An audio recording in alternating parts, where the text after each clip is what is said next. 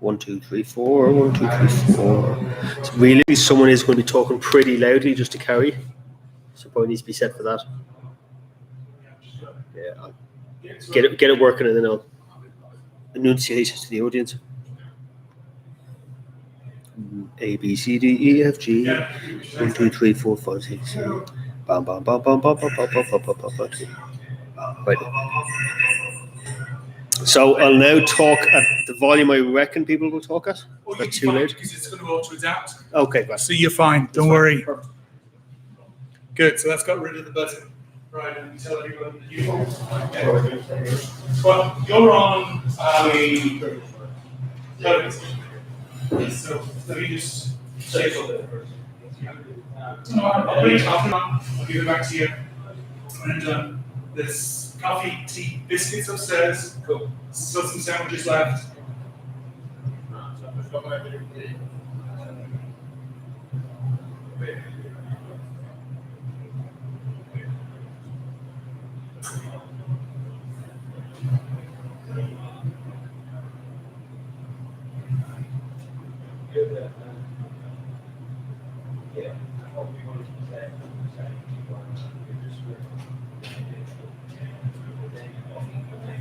I've not had iron brew for decades. So what colour that substance was? Iron brew, the only So everywhere in the world, Coke is the most popular. Yeah, I prefer Soft to drink by the world, like everywhere except for Scotland. Yeah. Like literally, it's the only one that's But it was one of those that I just couldn't help myself having some iron brew.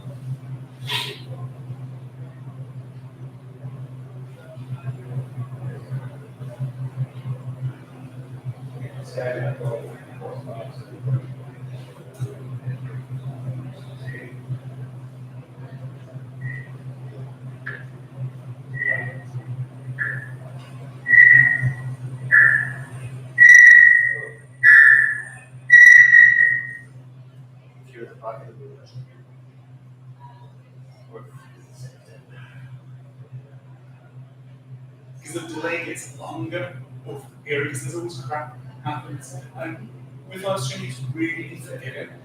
So it'll like buffer, it's not getting data, it will wait like you're almost like a minute or two. It gets, it will continue playing out. It'll play it out a little bit faster, but it gets another buffer. So it's a very forgiving live streaming system. I use it all the time, so this guy.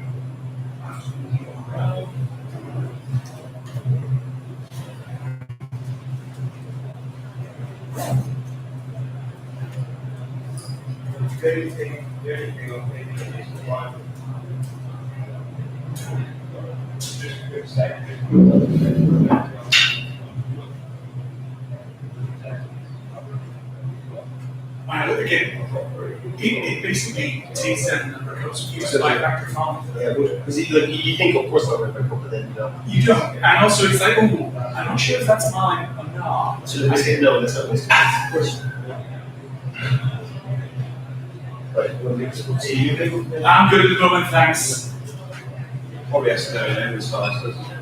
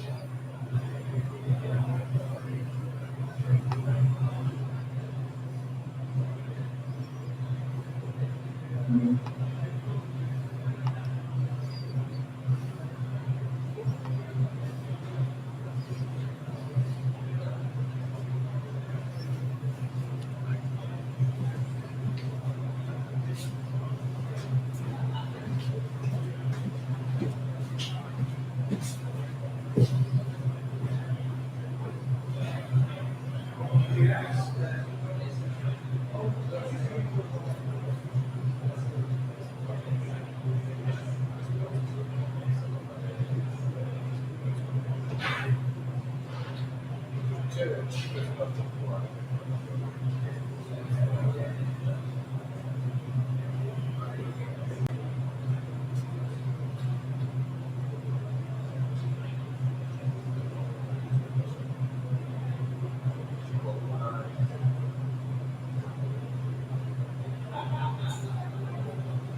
said, "Oh,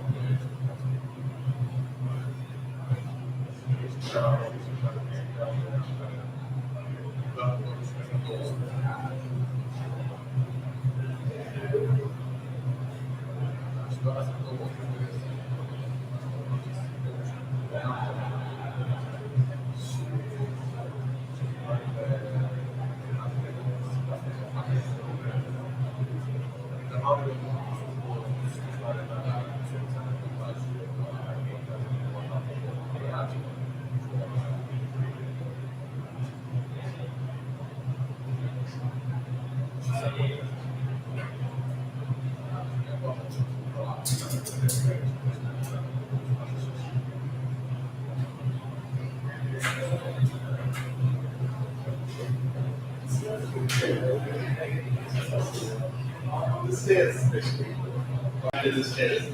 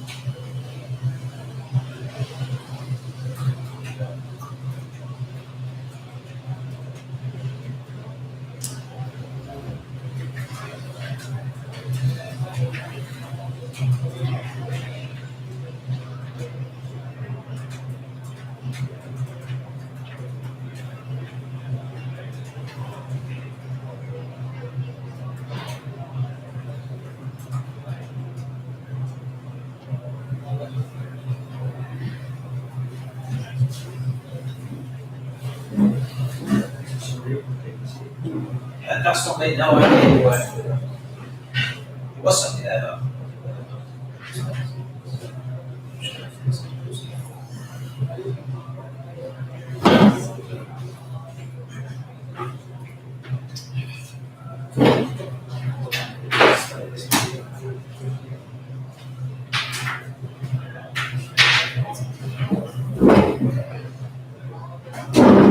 So what equipment you got over in the US then? You got just this PCs?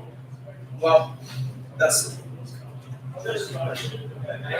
So if we went over there, we had the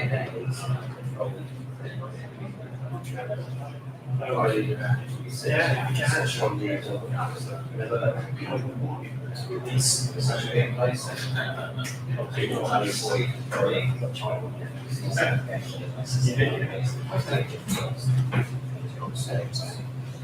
to start with, Yeah.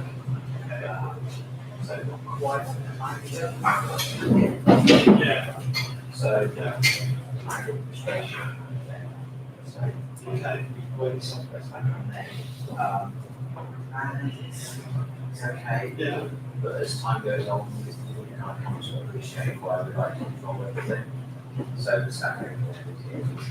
Is it more just for you actually? It's more the fact that again, we don't control access is the network, and bit where it programs is the network. So yeah, we need to put physical interactions just. What if you tied up with a local guy? Like line links, and you like handle control?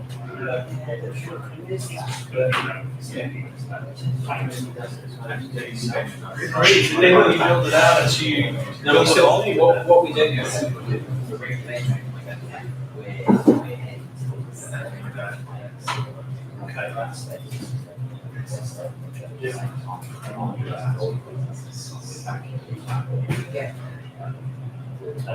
Does it change much? Well,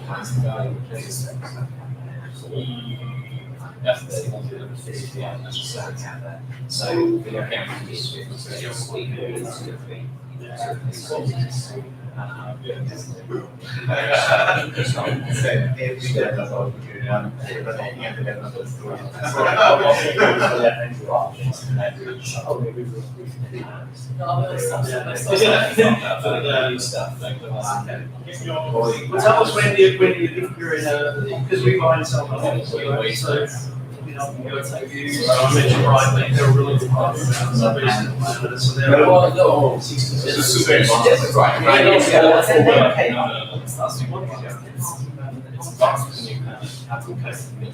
the new these UCAS now as well. So they used to just be yeah, I mean they have a national network. They've got a single license basically in every school. We've got a number of range in every state now. I can't tell you the extent of this network. We use them everything. But so I know for years the CTOs go to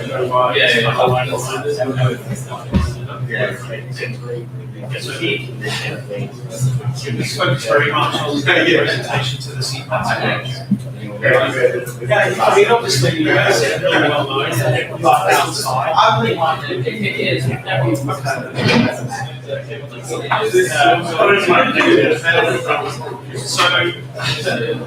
we had a conversation line by line. This is the end selling. I know, actually. It's all right. Actually, It was when I did it. It was like it. Yeah, it's giant. All about it, and It fits as well. so they were one of the primary service providers for they're running on those guys. Even if it's like today.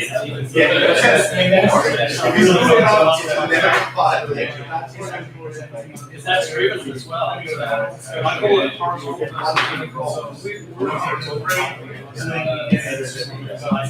everybody is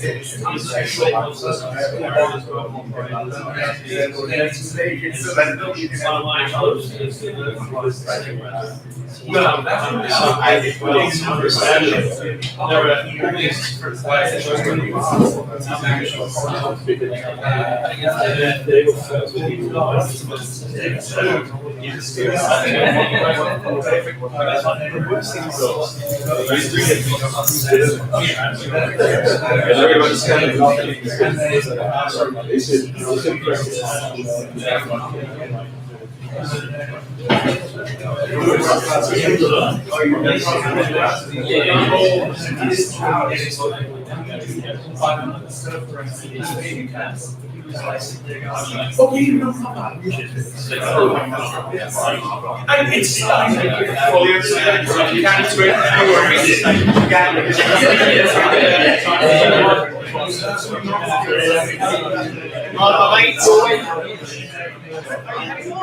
You can't say that. The voice lab,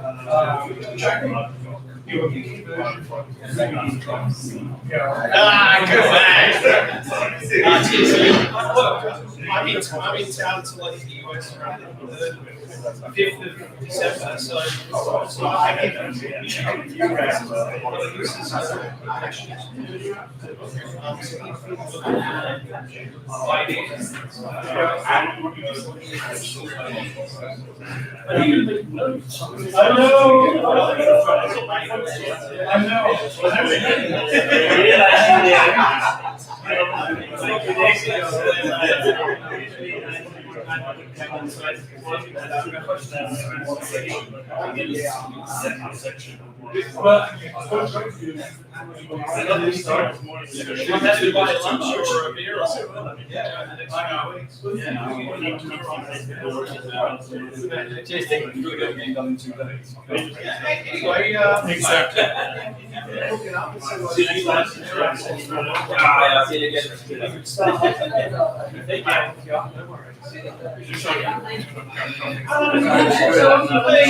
Okay, let me just wheel it.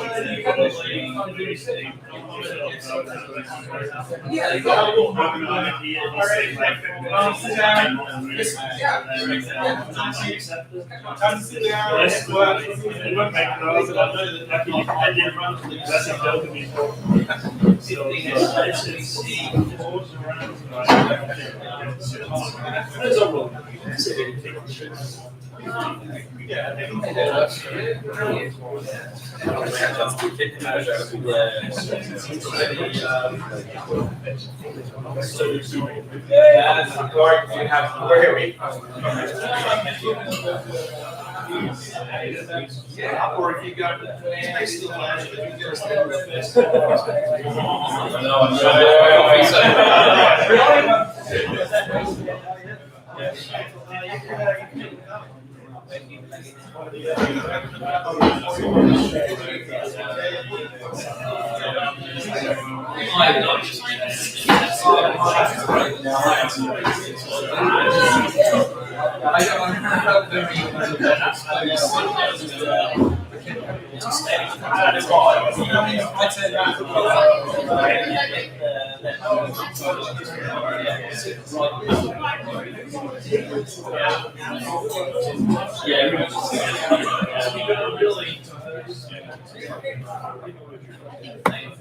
Okay, so let's get down to it. I know there's still quite a few people upstairs talking, but that's the whole point. It's about networking. But I do try to get everybody together when we can. So we're on a new live stream. So the live stream has changed. I've tweeted out the new URL. The web page will get updated soon.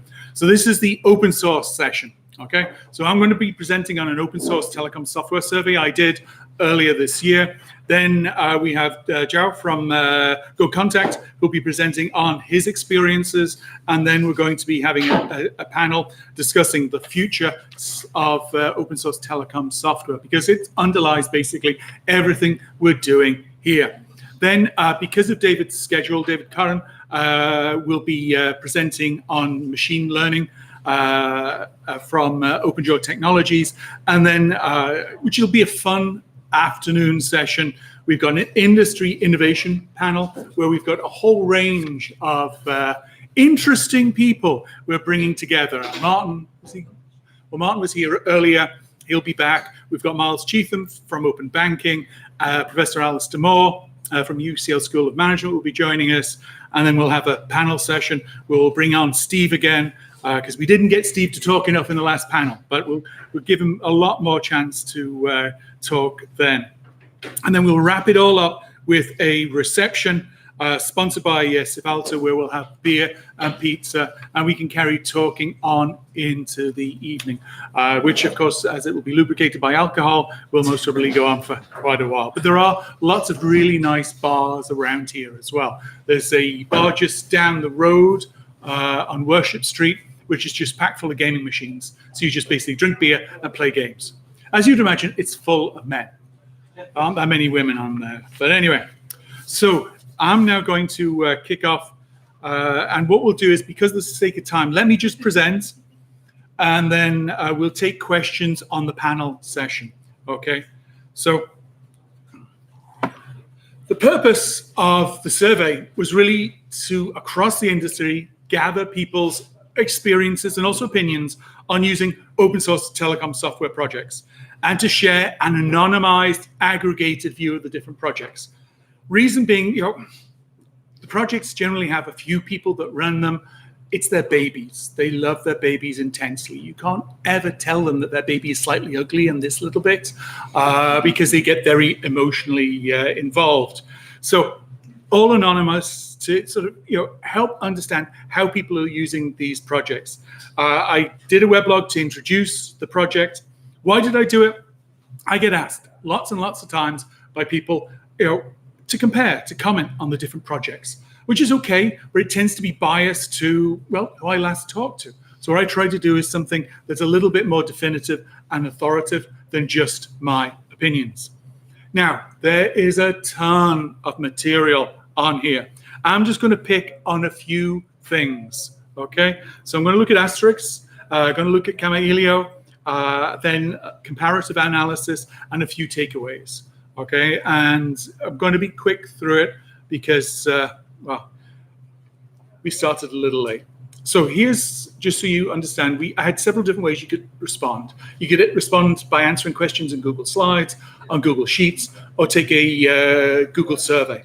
So where we had 95 good responses. As you would imagine, some people start and then realize, oh God, this is a ridiculously long survey, and give up. So you don't have something that's meaningful. You get a few nutters that like filling surveys in and just putting random stuff in there. So even though we had over 100, 95 good.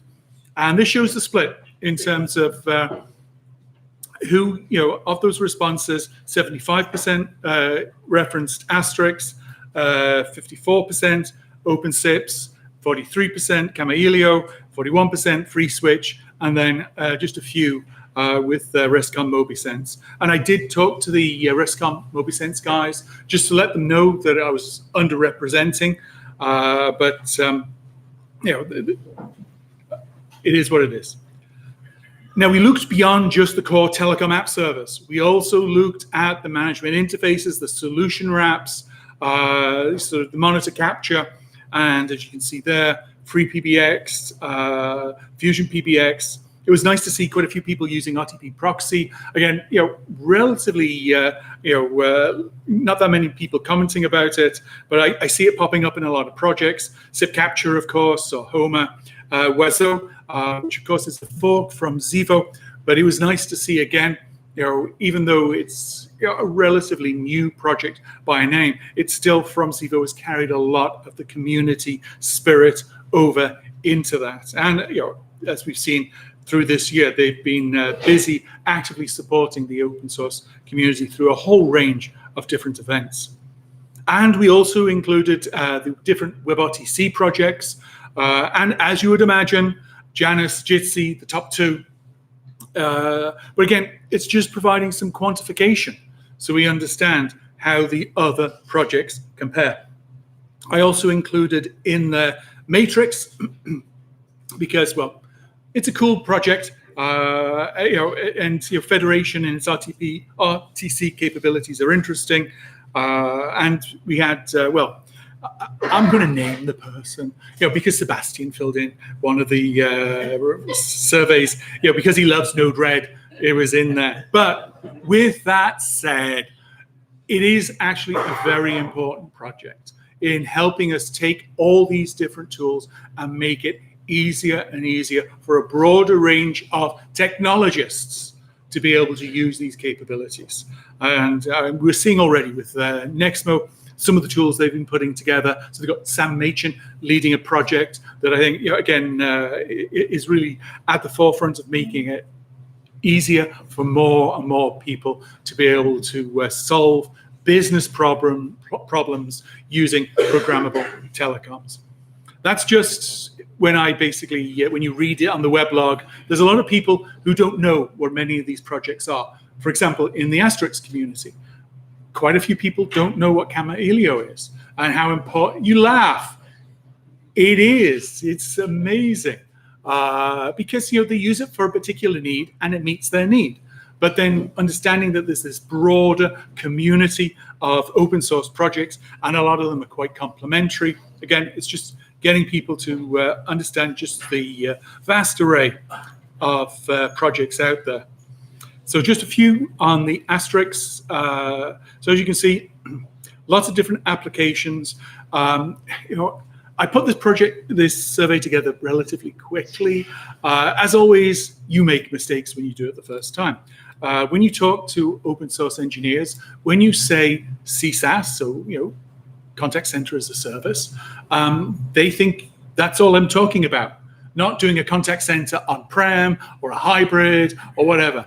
So, for example, we had responses from people that were using VCDial on Asterisk, but then they didn't tick the box for they were doing CSAS implementation, because I asked CSAS, I needed to have put in contact center and all the other variants of that. So there are some mistakes on here, but it shows the vast array of different ways in which Asterisk is used, but also look at the scale.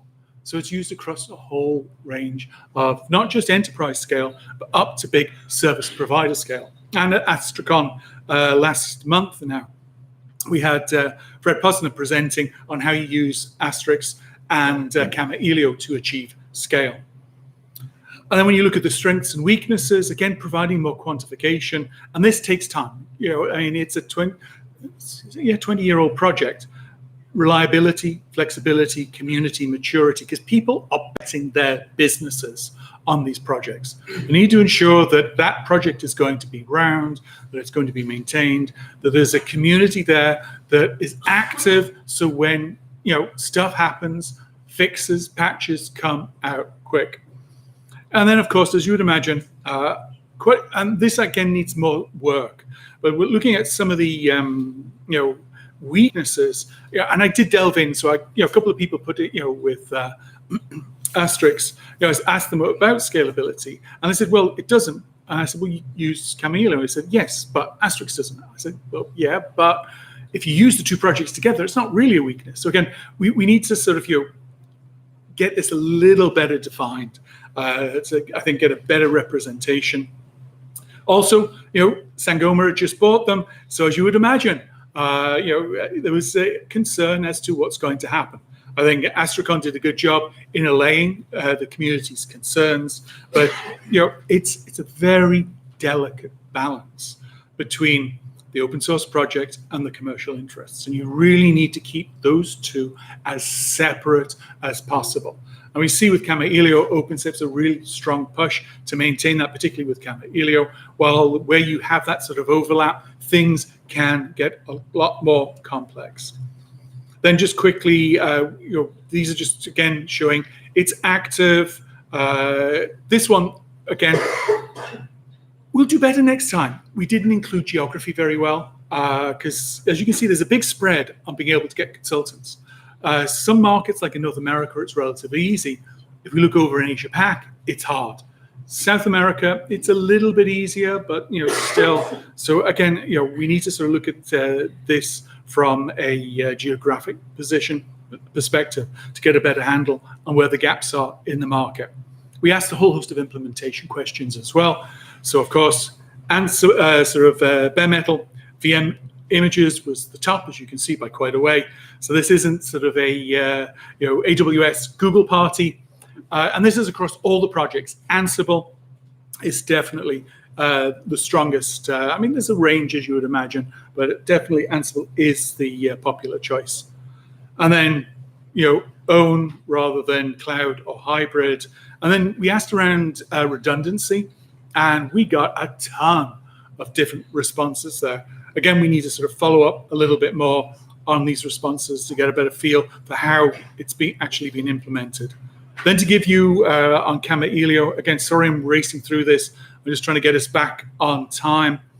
Again, lots of different applications. It may be a SIP router. It doesn't include some of the media functions, but again, you can see it's being used in a whole range of different applications. And as you can see, people use it particularly at scale. But even then, they're still using it at 1,000, 10,000 sessions. And then in terms of strengths, again, performance, community, flexibility, stability. And well, anybody who's played around Kama-Ilio will know it's not for noobs. And you really need to know your stuff when you're messing around with Kama-Ilio. But it's getting better. It's one of those that over time, that improves. And then, strong, sort of 100% will remain a dominant open source project. And then we asked about the client protocol interfaces, and we got a whole range of different responses there. What was interesting is we got many other SIP SDK in the survey. So we need to ask when we do a follow-up to get a better view in what are they. But as you can see, a whole range of different approaches there. And then, as you can see, it's lively, it's open, great response in terms of how easy it is to engage with the community. And if you develop and enhance the platform yourself, how easy is it to find the community for your submissions and pull requests? Relatively easy, and that's a hard one, because now you're messing with the core rather than just sort of being sort of a good team player. Now you're starting to sort of influence where the platform's developing. So this one really shows that it's very welcoming project.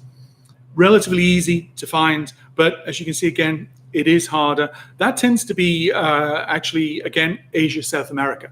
So Kama-Ilio is very strong here in Europe, less so in North America, already mentioned. There's people who are using Asterix, unaware even of Kama-Ilio.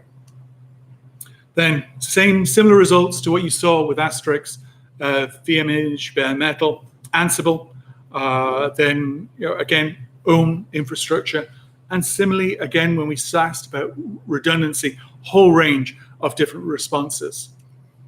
Now, I'm going to be writing up a weblog. I know I promised at TADSummit Americas that I'd do it. We'll get time at the end of this year, honestly, to write up a weblog where I can get all these results put together and get the core presentation out there so people can review and look through the results rather than just looking at my presentations. Just comparing Asterix to FreeSwitch to Kama-Ilio to OpenSIPs. So this is around how active, vibrant the developer community is. So you can see, Camellia is doing well, but broader spread on some of the other projects. How open does it make it to participation as open versus closed? Again, Camellia, OpenSIP's doing very well. Asterisk, a bit more of a spread. FreeSwitch, a little bit more difficult. How easy it is to engage. Again, you can see the spread there. And then, develop enhance the platform yourself. Again, you can see a bit of a spread. I mean, Asterisk gets used in a whole range of different applications. It's an older project. It has a far greater diversity of people using the project. So as you'd expect, you see a bit more of a spread. And then, again, same spread in finding knowledgeable consultants with, again, Asia Pac and South America being the hardest to find relevant consultants. But again, I didn't really ask the geography questions very well. So I'm sort of inferring that more from people's email addresses, which isn't the best way of doing it. So just to wrap up, just a few takeaways. For configuration management scripting, the answer is answerable. It's clear, resounding, and I think, should each project share popular scripts? Yes. Getting more scripts out there to help not the experts, but the noobs, the people that just want to have a play with it, to get it up and running. Whatever you can do to make it easier, I think is going to be important. Native cloud isn't a popular choice, and we'll discuss that in the panel session. I've already mentioned around geography, but I think as a community, a global community of people working on open source telecom software projects, I think there are still major geographic gaps in the market. I would say Europe is most probably the center when you look at availability of consultants' expertise. North America has its biases, but again, has been using these projects for a while. But definitely when we look out in APAC, and to be honest, open source is very aligned to how a lot of enterprise, Asian enterprises operate. So I think there's clearly a vast untapped market in getting more and more developer skills up, running, and using those capabilities. So the survey did end up being a bit long. And, if we do a follow-up, I suggest we focus on just a couple of surveys and focus on particular aspects people find important. So when I do the weblog, which will be next month, honest, we'll use that to gather everybody's feedback to look at what we should do for next year in, again, getting feedback from the community around what's important to them, how they're using open source telecom software. And in this survey, I haven't even covered any of the results around how people, support the different communities, looking at some of the business models around it. So again, there's tons that we can ask around this. So that's my little bit and bringing us back on time. So what I'd now like to do, I apologize, it was quick, but I just wanted to show you a few more of the results. So if Joe, sorry, I was looking over your head. So if you can come on down and get yourself set up, and then, as I said, what we'll do is we'll take questions during the panel session. And Sebastian, you're doing the chairing on that.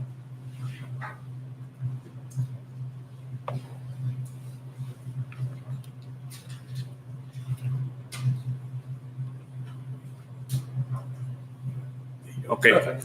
Thank you, Alan. Hello, everyone. Okay, so at Go Contacts, we believe that contact center technology can actually be made simple. We believe that the operations staff shouldn't be held hostage by the IT staff anymore. And we develop a contact center platform that actually tries to empower contact center operations. So we do this by serving our customers, actually developing software that they can understand on the contact center floor and not just on the IT room, okay?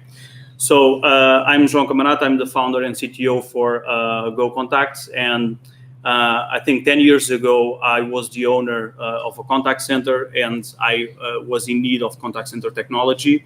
But one of my main lines of thought in acquiring contact center technology was that I did not want that the technology to be managed by the IT staff. I wanted the operations guys to actually manage on a day-to-day basis. So I'm talking about, you know, setting up IVRs and doing reporting and managing the agents and etc. And of course, that's mostly focused on interface usage, on bringing telecommunications up to the interface layer and you know, displaying information in a way that a contact center guy, that is a contact center operations guy, can actually understand it. So I haven't found anything at that point inside my budget as well. That was important. So I started out playing with open source. So that got me into open source based contact center. And so GoContact for the years of 2010 until 2013 was actually based on the VCDial open source project. Anyone knows VCDial? Okay, a few guys. So this is mostly an American project. It's mostly focused on outbound. And at that point, it was based on Asterisk 1.4. That was a nice experience. So the database was MySQL. It was running on OpenSUSE. And most of the coding in the back end was Perl and AGI. So AGI was a way of getting information out of Asterisk and also inputting some commands into Asterisk, like place a call, please. This was a nightmare, by the way, all this cycle between Perl and AGI. We were running the Apache HTTP server, of course, and the front end was mostly, you know, the regular stuff. We ended up migrating all this stack into CentOS using OpenVZ to manage the containers because we ran into several, you know, problems with OpenSUSE, mostly security problems. We actually had the phishing site inside one of our servers at a certain point. Well, that was a big problem. One of the main problems with this architecture was that it was single tenant and no redundancy. It means that, well, if the server goes down, contact center has a problem, and contact centers don't like when servers go down. So we started a new stack from scratch. We started out with CentOS again, but now using Pacemaker for high availability. Changed the database to Postgres. We thought that Postgres at that point was more of an enterprise project. We added Redis. This is a very, very good project in terms if you want to get actual performance.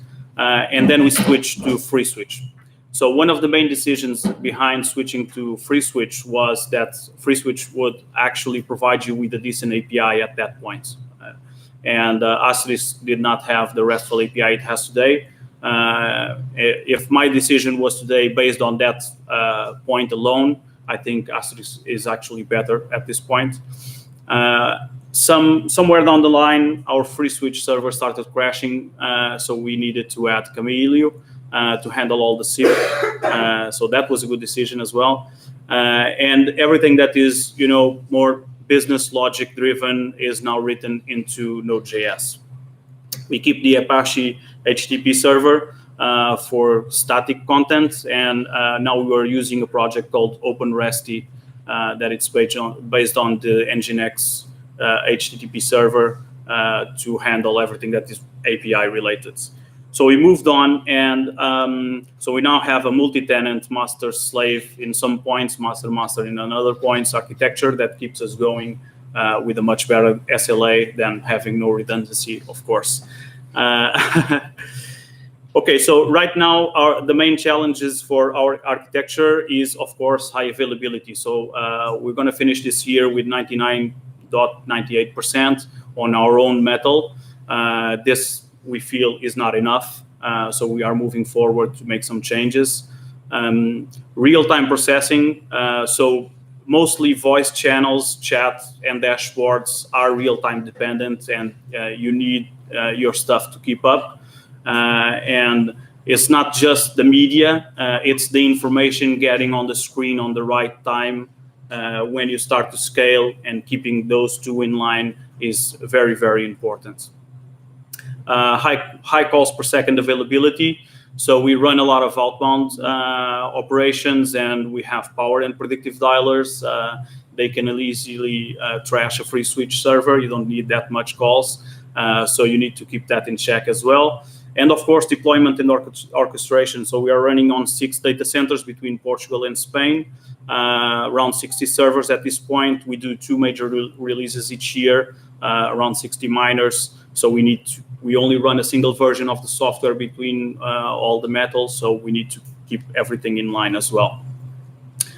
So 19 clusters, doing around 200 million calls per year. This year, actually, we're growing, of course. And from my estimation, we are running around 2 terabytes of data in our Postgres clusters at this point. So it's for our scale, it's numbers that we are trying to tackle with just open source software, and it's being great. So decisions around open source software. So best decisions, from my opinion, Redis is a very, very, very good project. It's probably the only piece of software that we are running that we never saw actually crashing. Development or production, don't care, it doesn't crash. If you don't run out of RAM memory, it never crashes. Even if you run out of RAM, I don't think it crashes though, but it's very good. Postgres, if you know your stuff, it's probably one of the most stable databases. You need to keep one of the main challenges that we have we currently don't have, but had in the past, was actually disk performance. So we swapped out to full NVMEs and a lot of attention to hardware, because if you want to do a lot of reporting, and contact centers need to do a lot of reporting, and if you want to download a few million lines in a few seconds, you need to have the throughput to actually be able to do it. Of course, writing good queries also helps. So CentOS, the operating system, is fantastic from our perspective for what we do. We run free switch on CentOS, even though everyone runs on Debian, but we like the CentOS a lot. So Camilio, the project is great. The community is also great. Every time we get a chance to meet up with Daniel, is also great. So I think the project will have a lot to give in the future. A word for the NetData guys. NetData, the monitoring tool. It's really, really useful from our perspective. We run NetData on every server, and then we aggregate into Elasticsearch. And it's been very fun as well to develop modules. I think we're going to release an open source module that connects FreeSwitch to NetData for monitoring. So. And running our own cloud. So we mostly run on our servers. We have some cases where the customer provides servers, but 99% is our own servers. So running our own cloud has been very good for us in some aspects. Namely, I can tell you flexibility, the ability to tackle some projects that the customer is not interested in not being in being outside the country with their data. So it has been a very good experience. So not so sure. So things we are considering for the future. Free switch. Well, mostly it will depend on the future of the management of the project. Actually, I think it's the same point for Asterisk. Everyone is asking the same questions. I think everyone is also hoping nothing changes, but that's not the way of life. Everything changes. So let's see. One thing that we might do is try and be agnostic and support both Asterisk and FreeSwitch and maybe other stuff as well. It's not that trivial. So Elasticsearch and Kibana, we are using this a lot for IT purposes and also now for reporting. Not so sure. Let's see in the future. I think we only have like 2 years of investment in it, so it's not enough time to actually see if it's going to be the main solution for the future. Probably going to phase out Apache and just focus on Nginx. Apache has been very good to us. It's very, you don't waste that much time with it, and it works.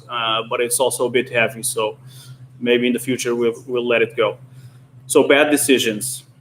MongoDB. Sorry, MongoDB guys, we didn't get along. We tried to use it for something it wasn't made to be used. So that's a mistake. We tried to use it for mostly, aggregation, statistical aggregation, and then we had to perform a lot of queries. You shouldn't use NoSQL like that. So InfluxDB was the first choice. Before we actually moved to Elastic, we tried Influx for statistics as well. It didn't scale, actually. It ran out very fast. I think it might do for some IoT scenarios where you don't have, you don't need to keep a lot of information on the past. It's mainly real time. But for contact centers, I don't think it works. So Grafana, we tried to switch Grafana to be more user, like end user, non-IT usage. No, it's made for IT. Okay, so use it if you have IT stuff to monitor, use it. If not, don't. And running our own cloud, Amazon and Google make it look so easy from a marketing perspective that you're always doubting yourself. Should I be up at this point so late at night trying to fix problems that are already fixed by other guys? So that's the main question. Well, then we look at their prices and forget about it and move on. Okay. So the best thing we did, what we like to call event-driven telecommunications. And I think everyone is doing something like this at this point, but it's not really part of the communication. It's something that is underlying the CPaaS movement as well. And I think when we started out 10 years ago, well, not 10, but 7 years ago, when we switched to Node.js, and it just light up, event-driven telecommunications from the bottom up and not from a pooling perspective from the client to the server. So you get WebSockets, Node.js, free switch, event socket layer, and distributed Redis. It turns into magic, actually, So stuff comes in from telecommunication, gets pushed into the screen, and it can come from any source. You just need to build a decent enough orchestration for it to actually become into magic, So this, from my opinion, it's the best thing we actually achieved, is to have this on a stable basis for all of our customers. So how does this address our customer concerns? First thing, from a contact center perspective, they want two things, from my understanding. All the cool new features every year. They're not going to use it, but they want it. And if you don't have it, you can't sell to them, but they're not going to use it. And SLA. So 100% SLA, that's what they are expecting. And I think it's something that we, as a society, have become more and more accustomed to expect, is technology shouldn't break, and that's not going to happen. Technology is going to break. And the thing is, I think what differentiates companies that can actually move forward and scale their business is to acknowledge that it will break and put plans into motion to accept that fact and actually have stuff in a way that when it breaks, it also continues running. And I think that's the paradigm shift that we are seeing with all the cloud movement, is we are starting to rely more and more and more on the SLA of technology. It's not easy, though, and if you add real-time and telecommunications, even harder. So performance, most of our customers tell us that response rates times need to be very, very low, and that they want to keep their data forever. So, you try to explain them that it won't happen like that, and they don't care. Actually, they are paying you to make it happen. So it's one of the biggest things in contact center is they want to know as soon as a call hits the call queue, they want to know in that second, and that's fairly easy. But they also want to have in the same platform the availability of looking into past year's trends, comparing to today, et cetera, also in a real-time manner. So performance is a big investment for us. So data reliability. This is a very big issue, actually.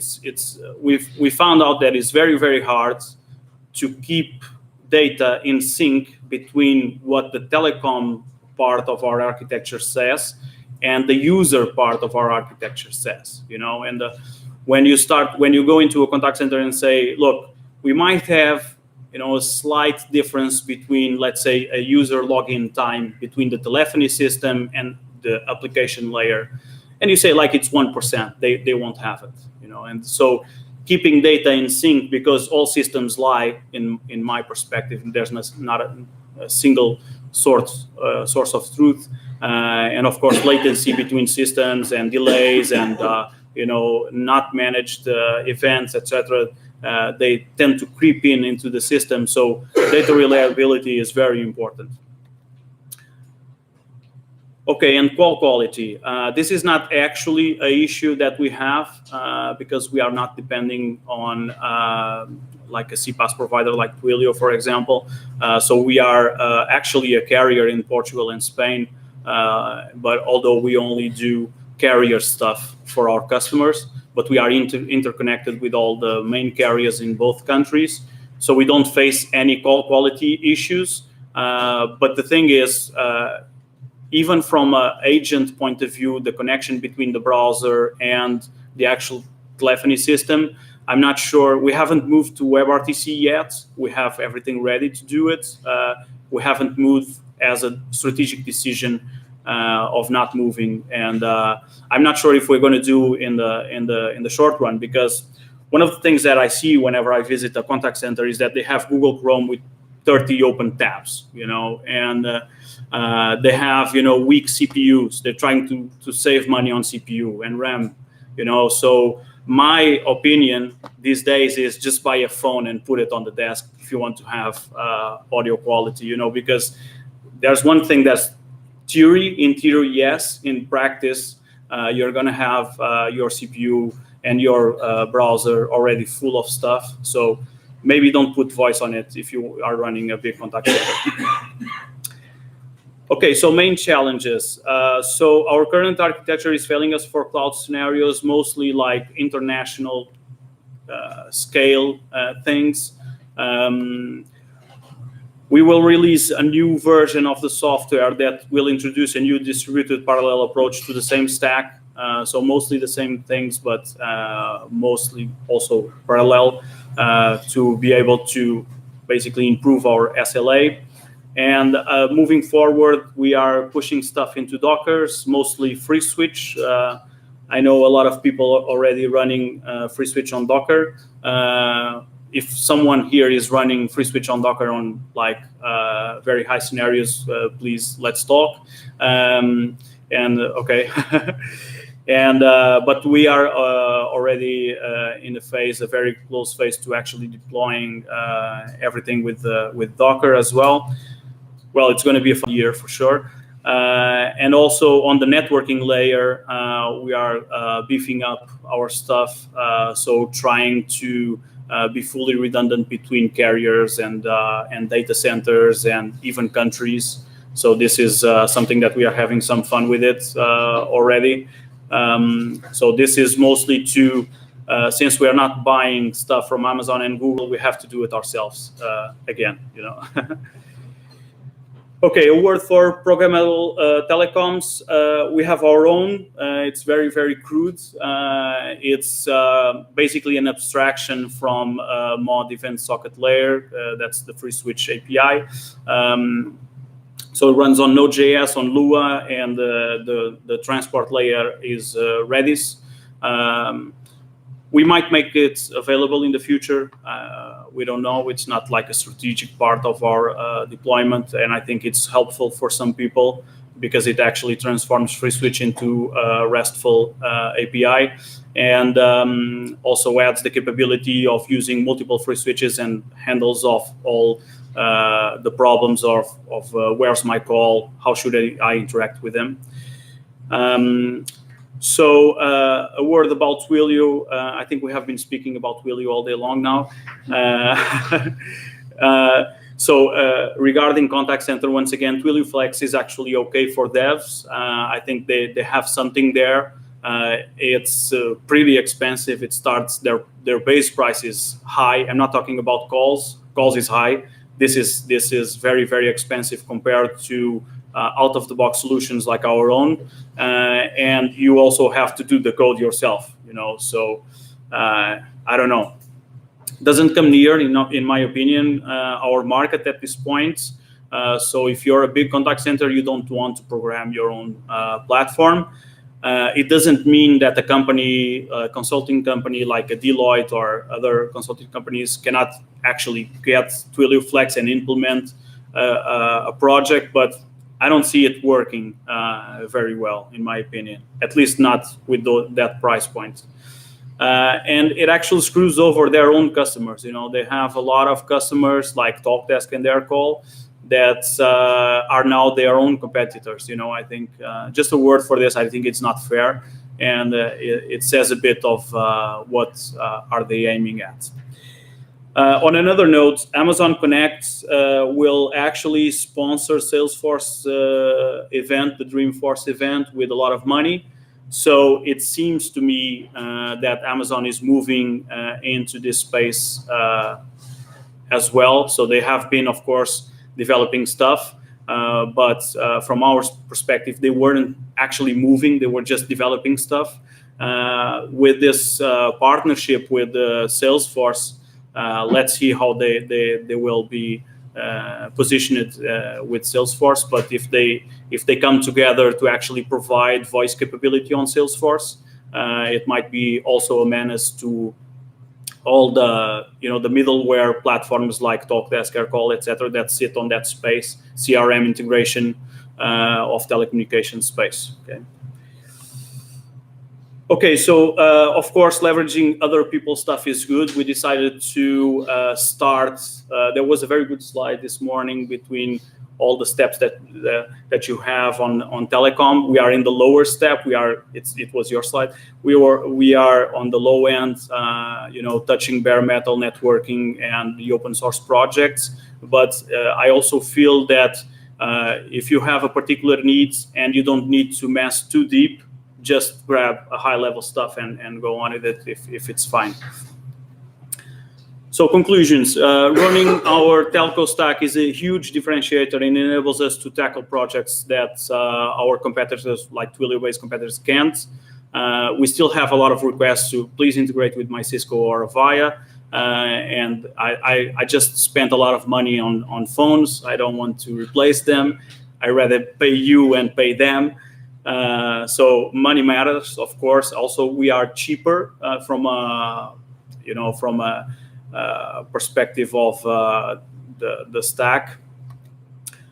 So running our own hardware and data centers is another huge benefit in tackling some verticals, and also providing, for example, private connections to our customers. I'm not sure, but around 20% of our traffic comes in over a layer 2 connection. So if you're running on Amazon, that's not what you're going to get. It's going to be hard to get those projects as well. Tech is important, of course, but since the beginning of our company, we are focused on the solution for the end user. So this is a tech speech, of course, but actually what we feel matters is delivering this technology in a way that the end user can actually understand it and use it for every day. Okay, so just a last word for the open source guys. I think it's very, very important giving back, and people usually think about giving back like making code or giving money. It's not only. You can find, backtrace, and report bugs. Maybe I'm preaching to the choir. I hope so. Build stress testing tools and share your knowledge. We have been building, for example, a lot of stuff on top of CP. And it's always good to give back to people who want to stress test their platforms. Scale stuff and write how you do it. This is, I think, one of the most important topics in the community. Is everyone starts out the same way, and then everyone gets the same problems, and usually those problems get resolved in-house, and people start to think like, this is my IP. It's not. Let's share because I think everyone else would like to share as well. And then support events, buy some overpriced t-shirts. That's always a good way to give back. Some of the events that we have been this year, and we're of course very delighted to be here as well. Thank you, Alan. Thank you.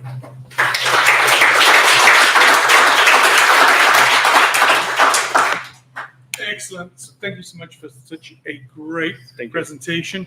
So yeah, Sebastian, if you come on down, and also Joe, me, Jerome, and who else? Werner.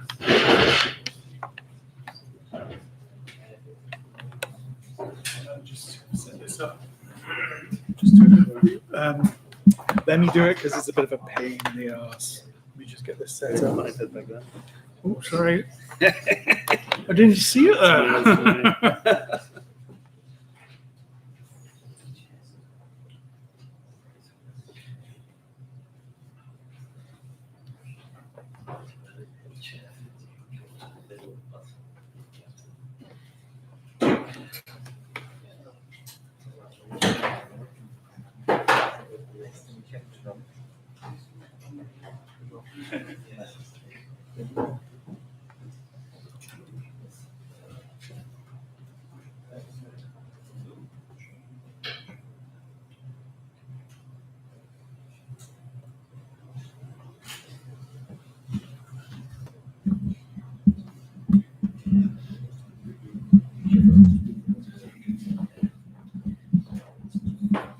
This is so everybody out on the internet can hear you.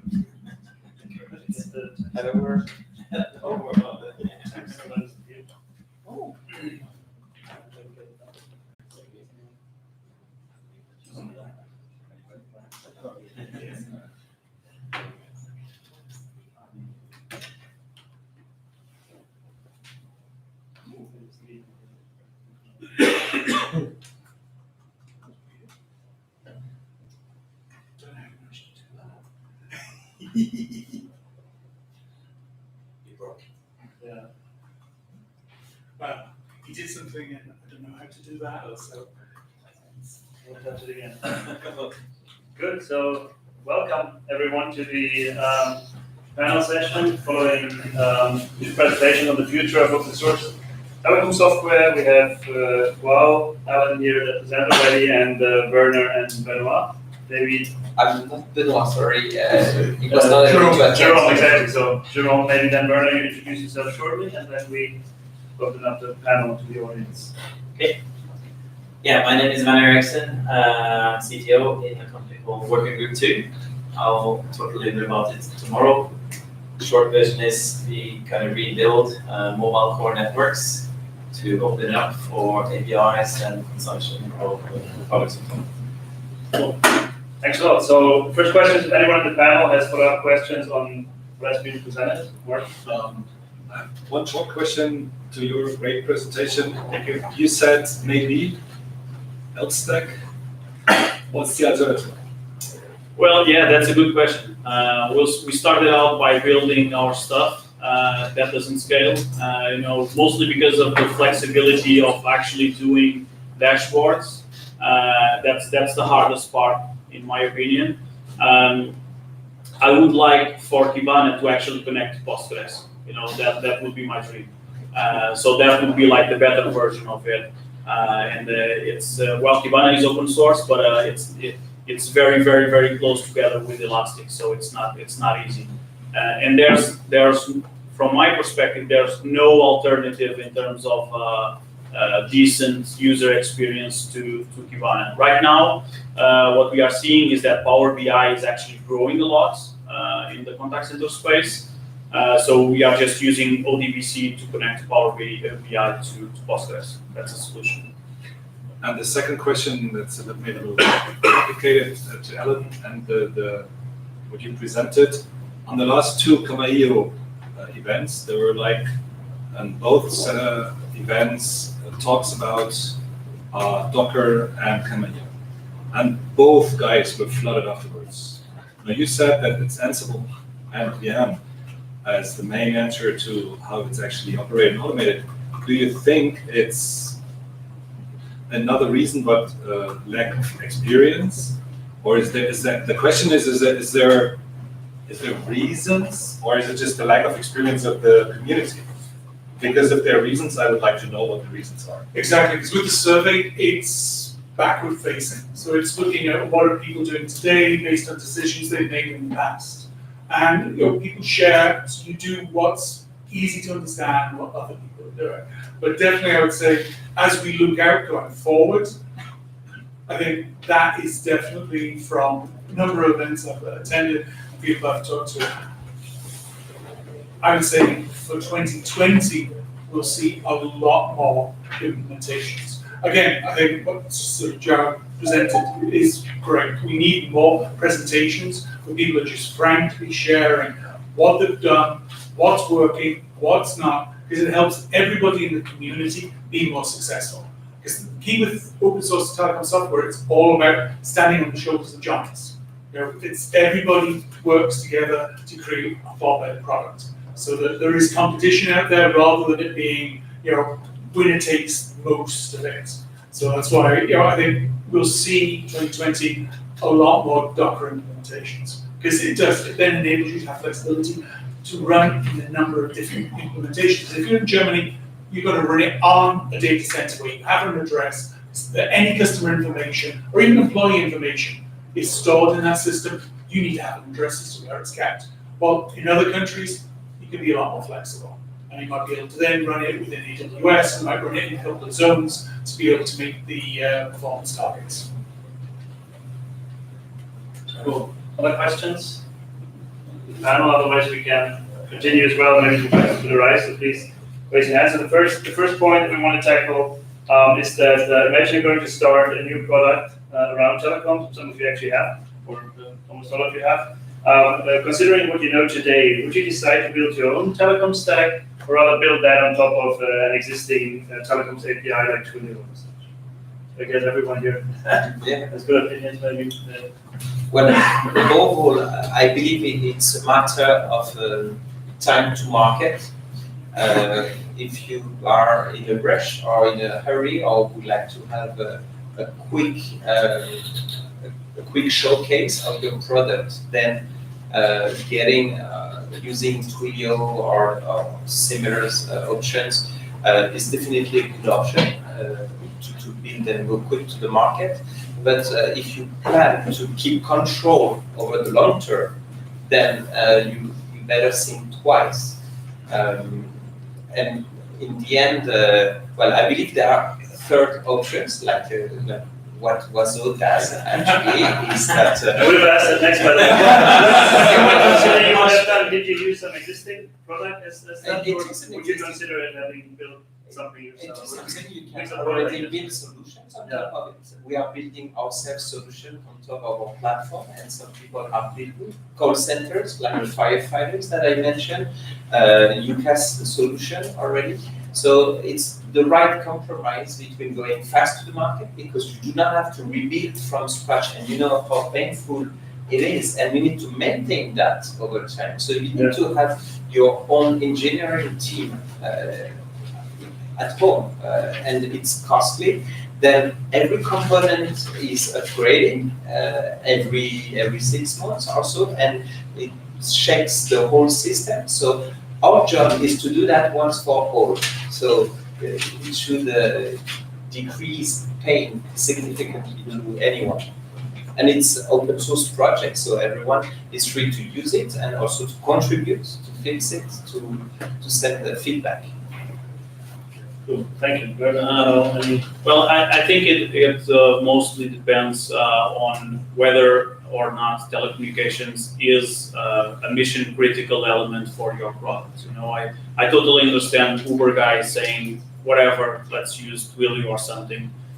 We just want to send some text. What we do is actually provide interconnectivity between drivers and people looking for a drive. So, of course, another key issue is the cost. There's a big opportunity right now, and if we play this out until the end, and let's say that from this point forward, all new companies will decide to use a CPaaS platform.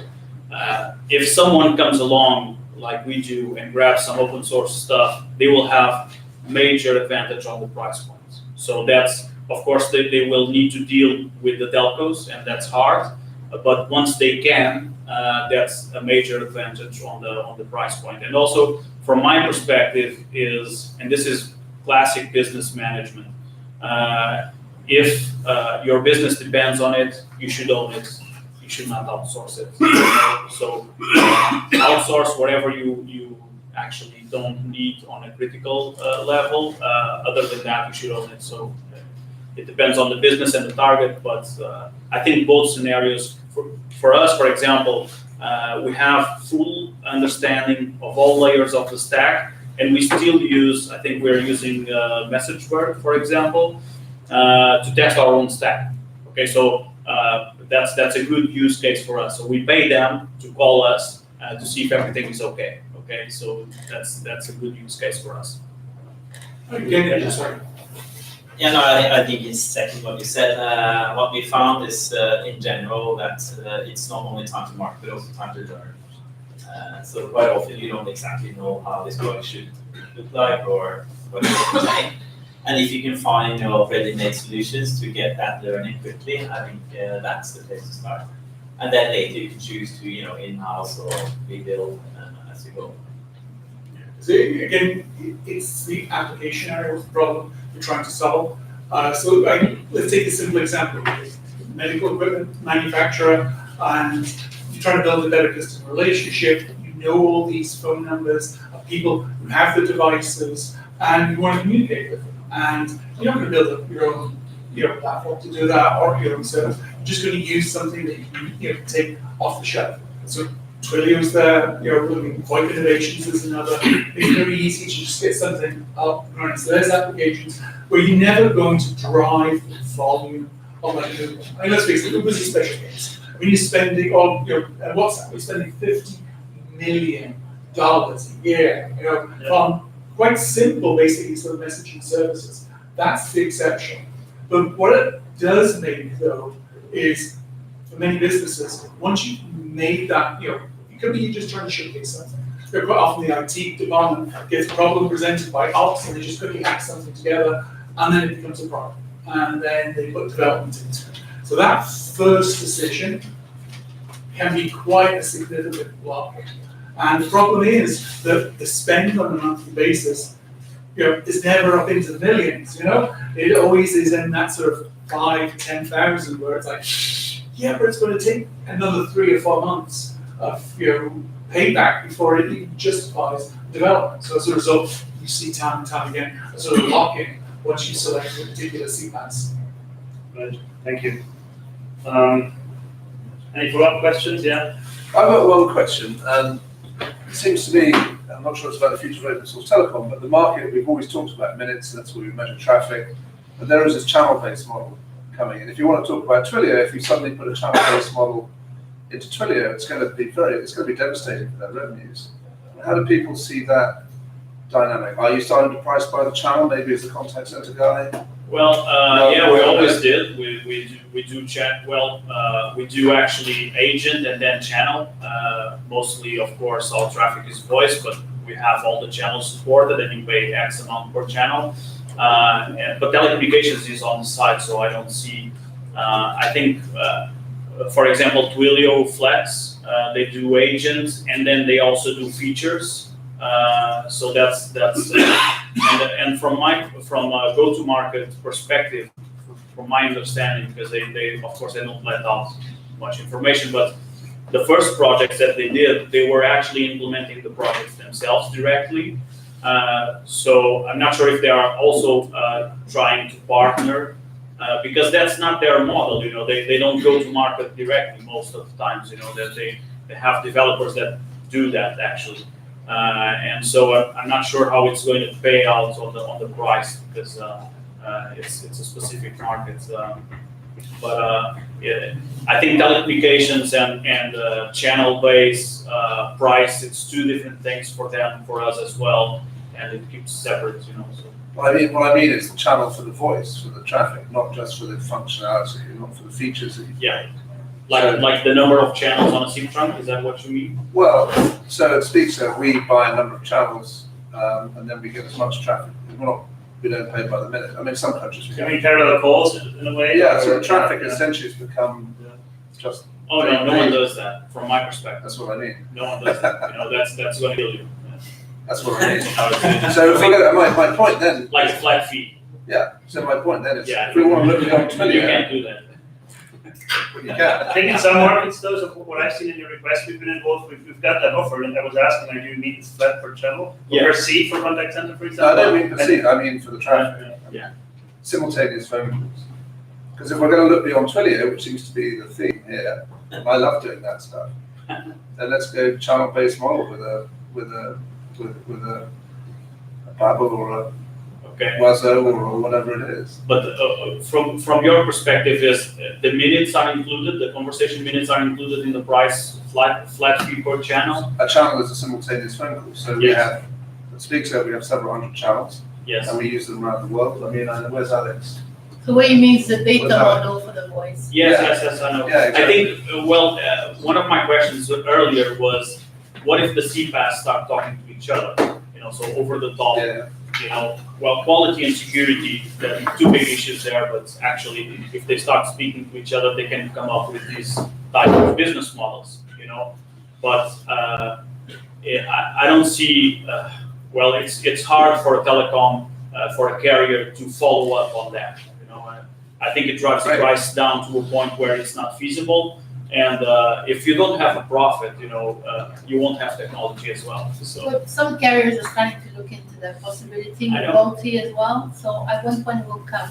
Well, it's Yes. already here with UCAS. It's so like Simon UCAS stays quiet over platforms there. where, it'll be geographically bounded, so it could be flat fee for Europe. If you're then calling outside of the Eurozone, then it moves back to a call fee, because you can't put good result, but good problem. The thing is, for example, in Portugal, you have that model already for GSM, for example, you know, you pay a flat fee and basically can call everyone at any time. I don't think they even check.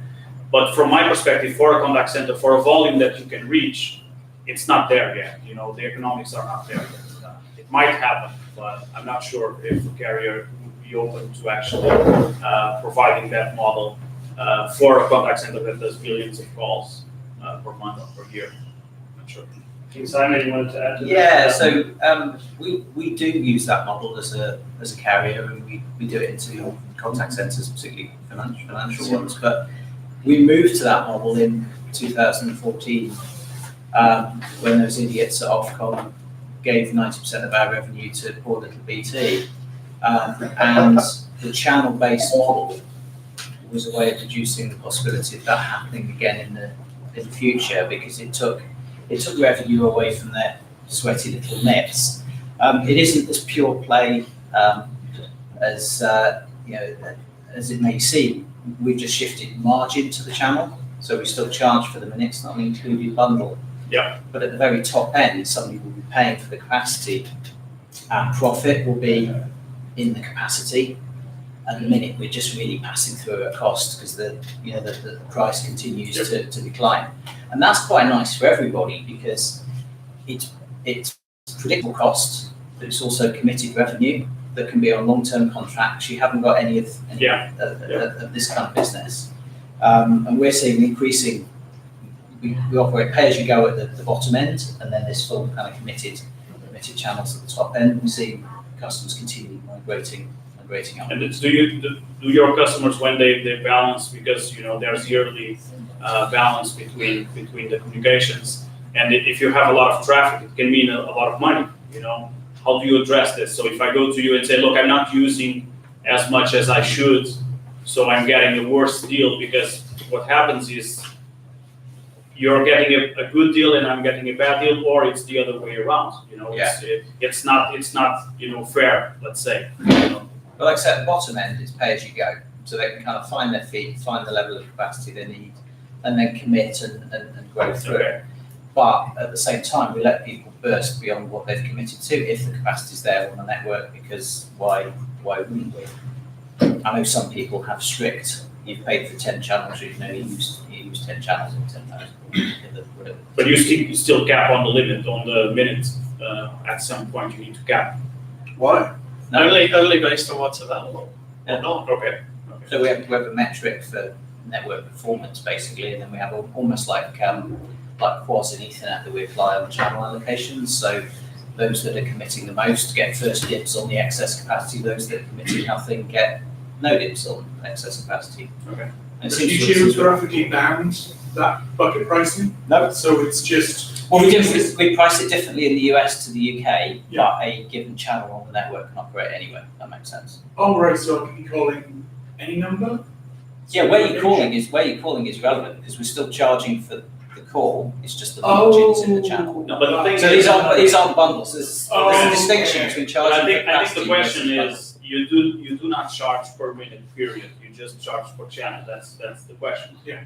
But I think with termination fees between carriers, It's easier on inbound than outbound, obviously. Yeah, of course. We don't charge anything on inbound, by the way, so 0. So that's a good price, actually. and if you're doing outbound, you have to pay termination to other carriers, so it becomes a whole different story. That's why I was saying, it's hard to convince a carrier to actually do that because, you either commit and say, I'm going to consume X amount of minutes, and it's the same thing as paying up front, whatever. But you're in a great position because you've already said that you're a carrier as a member of Spain and Portugal. Yep. So you've got control over the.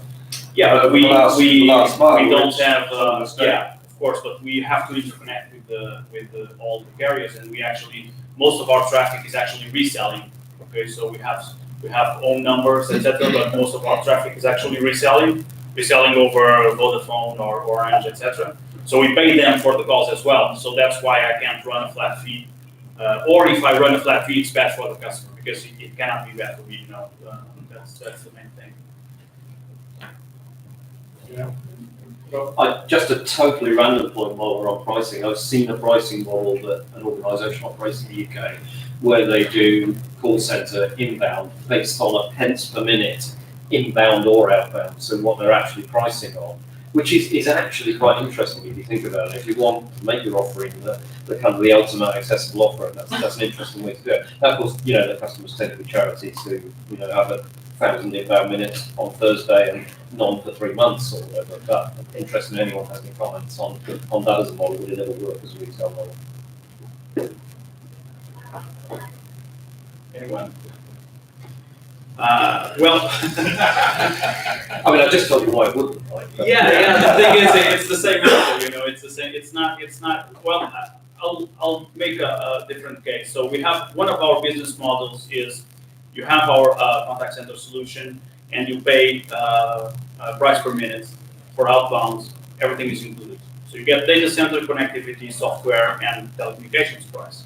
And at some level of contract, we get to a price where actually you're paying your current carrier as much as you would be paying us with everything included, And what we found over time is that it tends not to be a fair model, because we have to go into the project and say, look, you need to use at least X amount of minutes, because we have a real cost on allocating that infrastructure and doing the project, etc., etc.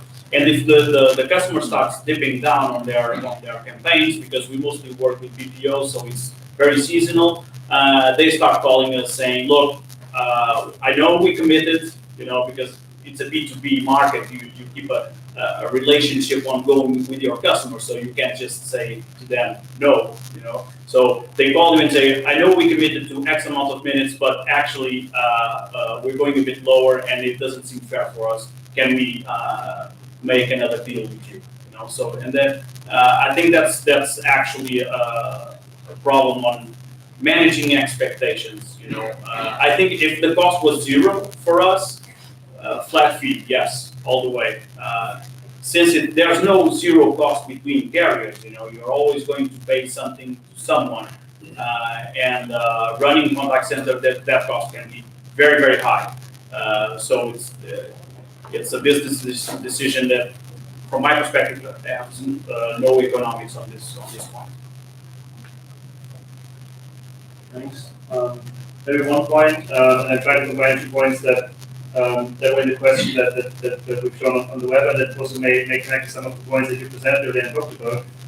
The one thing is, if cloud native, or why, or is it actually an unpopular choice for open source? And I want connect a bit also to, I think the Wasm platform have an Ansible script included, right? So I think it's very hard to get started with open source. And would it help maybe if you would say have somewhere an Ansible script or library or something, some aggregator where you just need to enter your AWS key and secret and press enter and set up the whole stack and then get started, right? Instead of having to cross this initial setup and you would be immediately up and running, you could scale immediately. So do you think that that's something that is based also on the findings from Ellen's study, currently an opportunity that's missed, or is that just is the focus has the focus been different?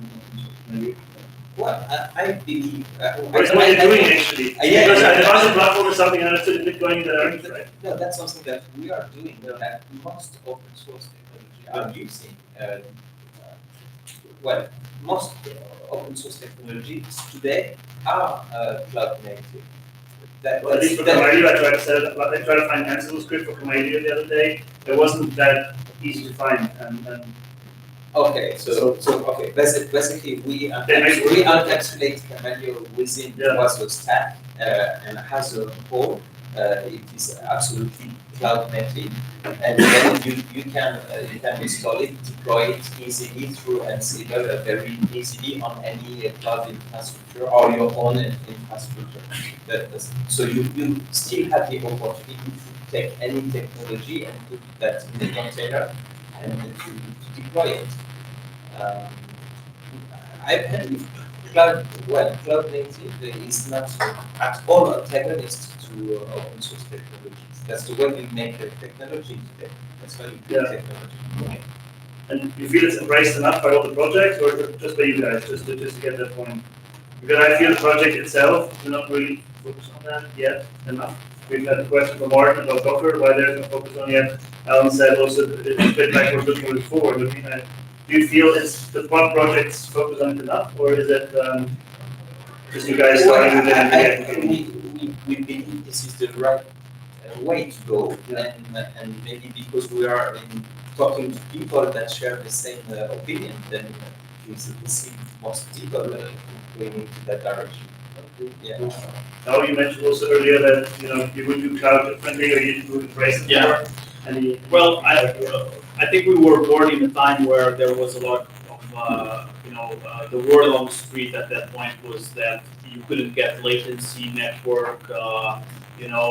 Even Docker had the networking stack was not good. So we were born in an exact time where cloud was not plug and play. Even today, and I agree with what you're saying. These projects, they probably, if you go ahead and talk to the leaders, they say yes, you can run on cloud, but they are not actually focused on making it easier. And because of course you can run everything from Amazon. Even Amazon and Google both are very, very supportive on open source projects for their own infrastructure. I think the biggest issue probably when you try to start scale, if you're like we are a bootstrapped company, is costs run very, very high for real-time processing, especially voice, and it's not compatible with the business model, at least at the prices that the market is willing to pay. And you lose out on some stuff, actually. You win some stuff, but you also lose some of the flexibility that we currently have to interconnect with customers. It's not easy to go into let's say a random company, average size random company, and say do a private connection with Amazon. No one does that these days. And traffic cost, was that impact on the cost channels as well? I mean, it's different, I guess, if you have a dedicated infrastructure with a dedicated private connector there. Yeah, if you scale enough, your own data center is always much cheaper. But you need to scale. If you are small, if it's just like a single project or a small group of projects, cloud is a lot cheaper. But it has like no middle point of almost. When it starts to become cheap, it becomes. When it starts becoming expensive, it gets very expensive very fast. But if we get back to the definition of cloud native itself, what it means that you design your service within a microservice architecture. So you have your components that you make as light as possible, and that you can orchestrate each with the others. through APIs, so that's what the API centric. And why we do so is, well, to take the most of what you can get from the cloud. That's the point. That means that you can scale very efficiently, both horizontally or vertically. Well, that's the way we're heading to, and I guess the industry has no other option. This is our current work to do so. Yeah. That's the way. Yeah. Yes, and I think the problem you talked about is to get started. I think you get the problem is not getting started, it's to manage the thing day two. So the focus is not really on just getting going. I think that can be solved, but actually the project or the component itself requires quite a lot of competence to actually do anything useful. So I think that's maybe why you don't see such a great number of projects getting started. And actually, some of the components we use, such as Cameo or Asterisk, those are very complete solutions for what they're supposed to do. They're well designed, but the more features you add, then the less you can scale. So part of our job is to construct those grids and then to make them orchestral. Yeah. But that's again where work has to be done. I don't see that being delivered yet by the project. So having a playbook and having a cloud formation template for scaling, I mean, that's exactly what I said about campus, right? Where we need to, I guess a lot of work is going to be, or will be put into, but it's not yet maybe there. And I guess it's also what you study reflects in a way that VMware and there we use automation tools for that stuff to make our job easier as integrator, but not yet to have it, let's say, as independent services or as clients. That's what we do. So Yeah. One question about that. We're just listening to that most of these projects were incepted way before microservices was a term. So if you look at Kamal and so on, they were built at a very different time. Yeah. So it's not just about putting some scripts around it. You might need to actually slice and dice it. Sorry, just can I interject on a couple of points? Cloud native, Kubernetes, containerization. It's all been, a lot of it's been around WebTraffic, HTTP, HTTP2, gRPC. It's real time, but it can be requeued, it can be replayed, it can be shuffled around, but you can't do that with voice. So a lot of the pain that people go through, and Simon probably agreed on this one, putting free switch into Docker. Theoretically, it's easy. In practice, it gets a little bit dicey sometimes with networking. There's ways around that, obviously. And it's kind of back to the old days of the free switch and the asterisk. But of course they're running the VM. And I wouldn't do it though. So it was going, of course, free switching running Kubernetes and running Docker. Just open up every single port, and that would take a week or two. Run BGP on top of it, or just run it on a host network. And so it's not quite microservice ready yet. The interesting thing also about you look at conversation about free switch ESL and wrapping stuff around it. Why has it not got an updated HTTP interface? It has bits of one here and bits of that there and bits of events on it. It's not quite microservice on its own. And then the other thing as well with the real-time stuff. Okay, kill a free switch container, see what happens. It could be got around, you can move stuff around, but it's not like Envoy just sit there and go, oh look, let's just shuffle the traffic to another container. So I think we've got some challenges ahead of us. And on one side you've got the web guys, the CNCF and Kubernetes and what you say. On the other side you've got the voice guys. We're kind of moving closer together, but we still speak a different language. Thanks for that. So I guess we can wrap up this 3 p.m. And thanks to the panel for putting it so well. And looking forward to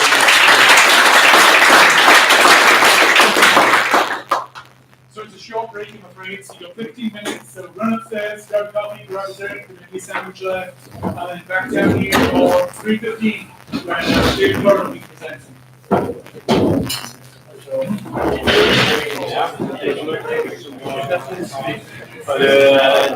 Hey, John.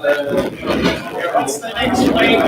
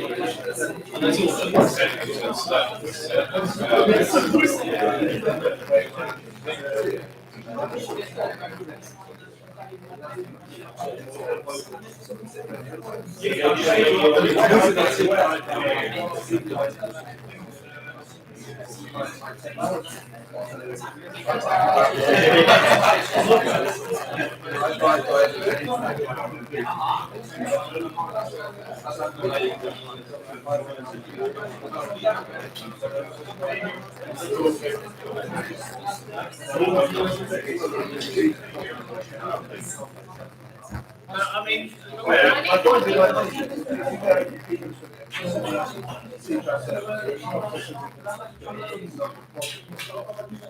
I look at it is you've got a 24-opco global company with significant telecom results all over the world.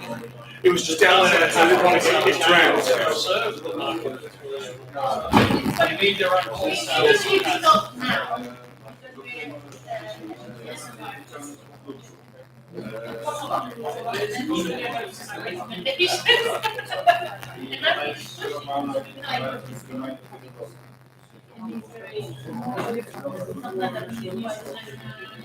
Because if you know, we've worked with customers who actually say, also,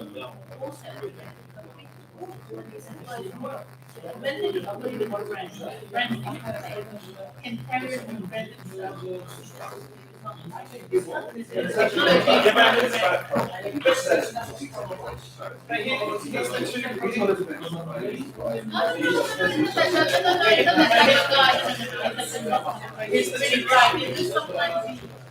They get exceeded all the time. Vodafone mobile real estate is highly valuable to everybody around the world, particularly Twilio and that all that ask for all the time is Vodafone. So that is immense value. It's a very functions that they have, that Twilio don't have access to right now. An easy one, but they don't really have proper video as a result. And so when you talk about two-factor authentication, that's already is. It's like the integrated video audio integration for security applications. There's a function right now that, you know, we don't do video. Well, we do, we carry video, but we don't carry. Yeah, I mean, you present that capability out as a programmable function, so it's going to be you're looking at a mobile company globally like that, they now have the baseline to deliver that, not only as a function, but also over the device. Well, they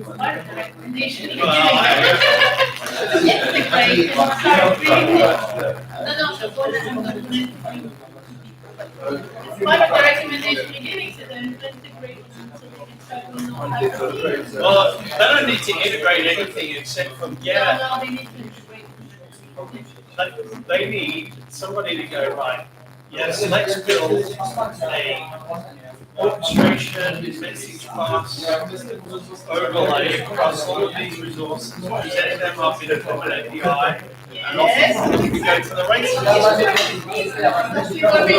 Well, that's what I do. That's what I do, except I work for it. Yeah, I mean, that's my strategy. I might have to one day, you never know. How would Roland's summarize? No, I did that. I thought it was Richard. Yeah, Roland's summary. It wasn't but you should take a look at it. Like, Rather than like, well, you can just you can actually check that. But you've got so many leads in your bank account. Yeah. Because he, you know, yeah, he virtually. Tony. But at least yeah. But yeah, he's had that something. Yeah, I don't know. I don't know. Because he gets so many accidents.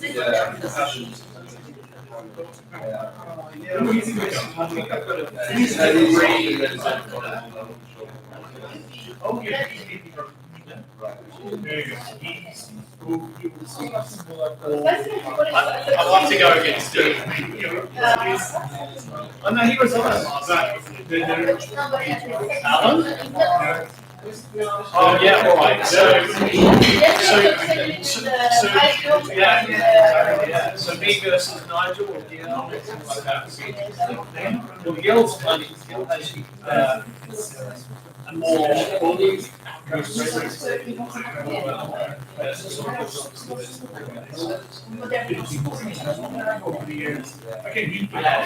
Gil's pretty outgoing. To get him to stop. I'm between the two of them. Yeah, well, you might have to do up to all this. Yeah, you need Bell.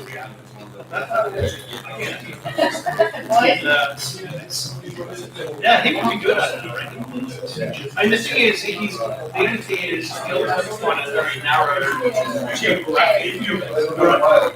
He just needs to, well, just needs to represent people. Again, it's all. And that will bring more, I think more international challenging, running into problems, trying to solve those problems.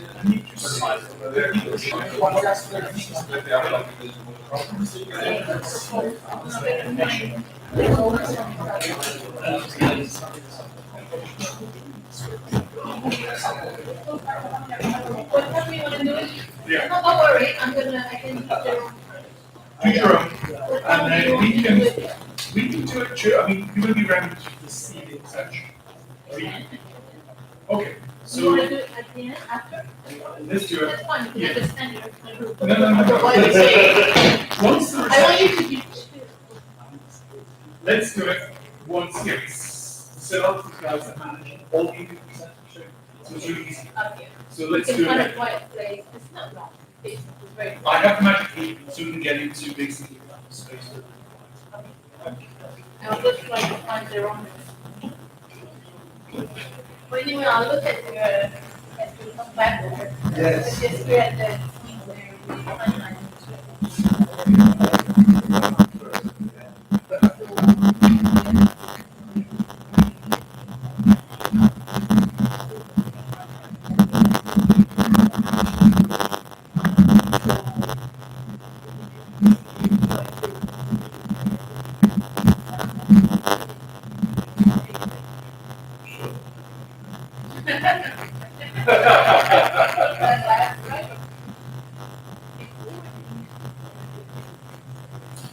Is you all good? Yep. Copy the linguistics slides, and put some more metric slides, metric repeats.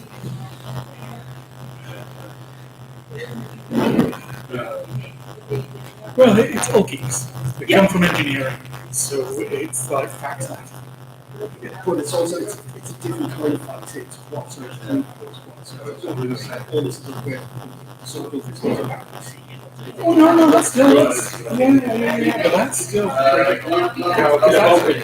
yeah. No, absolutely. I just need to get it. Sorry. No, 30 minutes, yeah. Yeah. 30 minutes, yeah. You know, I mean, it'll be like that. So yeah. Give it away 5 minutes to go and then.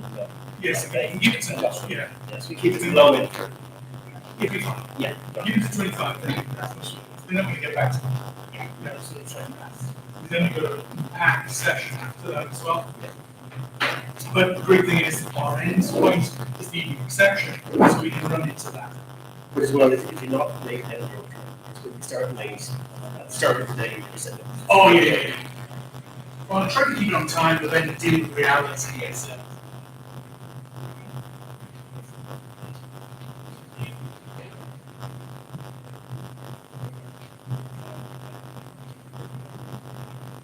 So just so we know the word for engineers, maybe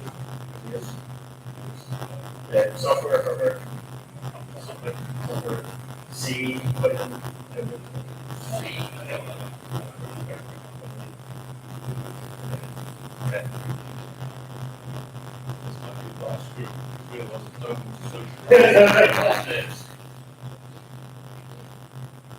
it's usually pretty engineering.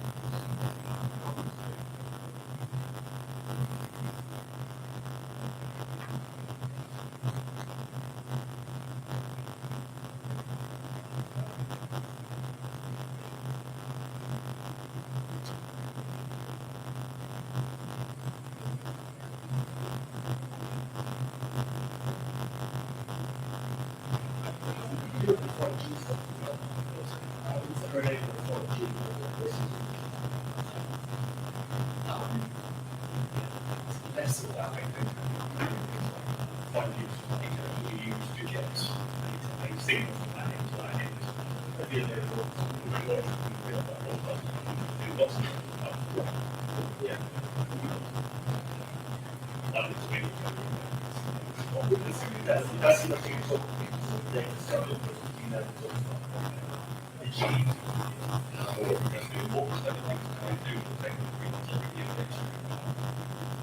But it's 4G just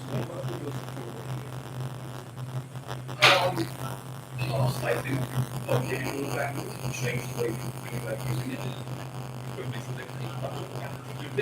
I will now do video streams and some max out the events.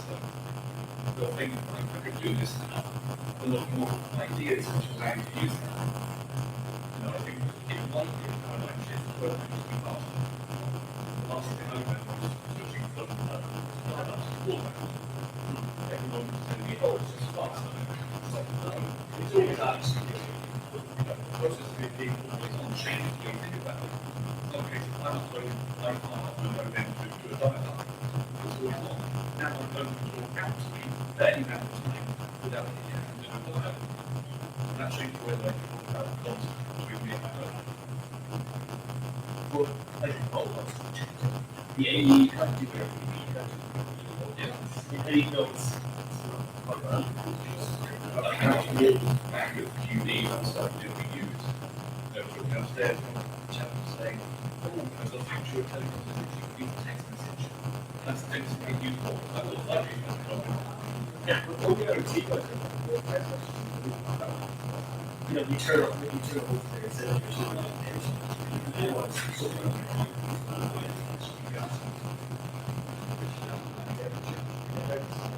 because that shows something. One thing I've seen that's been using there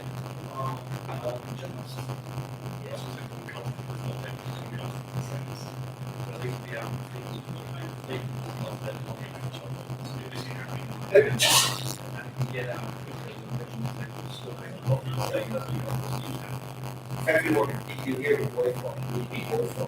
You make it function. Tell me.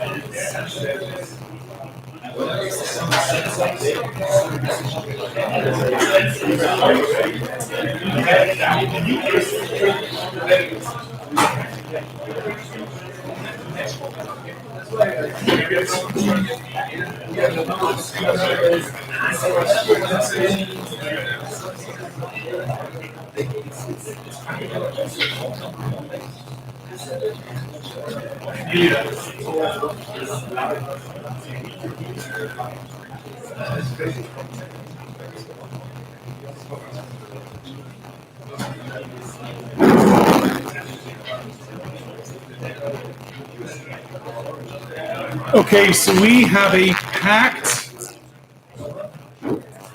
half of the afternoon. So after David has presented, we're then going to do the industry innovation panel, where we have a sort of dream team of people where we need to make sure we add a couple more chairs. I just realized the industry innovation panel, where we're bringing a whole range of people from diverse backgrounds to talk about the problems that their industry faces and for an open discussion around how programmable telecoms can play in that space. So it really is one of those fun times where it's just, looking at, being presented problems and being able to offer solutions to those problems without being told we're invalidating their feelings. Those that sort of, are married will understand. When you're told a problem, you ignore it. You just go, yes, dear. So anyway, that's enough sexism. What I'd now like to do is to introduce David Curran, who is a machine learning engineer at OpenJaw Technologies. Now, this was going to be presented tomorrow in a session, but unfortunately, because of David's availability, we're squeezing him in today. So that's why we've got such a packed schedule, unfortunately. Now, David is one of my favorite Redditors. So I always see his posts on the front page. I also pop into our data that is beautiful for some of the interesting stuff. So if you don't use Reddit, you should. It's a great way of discovering really great content. Just don't go to the Donald. So anyway, David, over to you.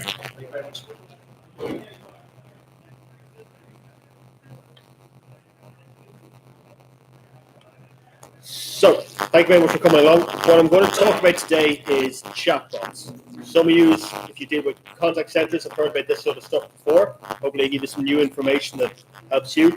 If you don't deal with contact centers, but you do, or you might deal with any sort of prediction in the future, and try and find the things in this process that relate to, predicting customer churn, or anything that a telecom might be interested in, and try and describe, where the parts of the process are the same.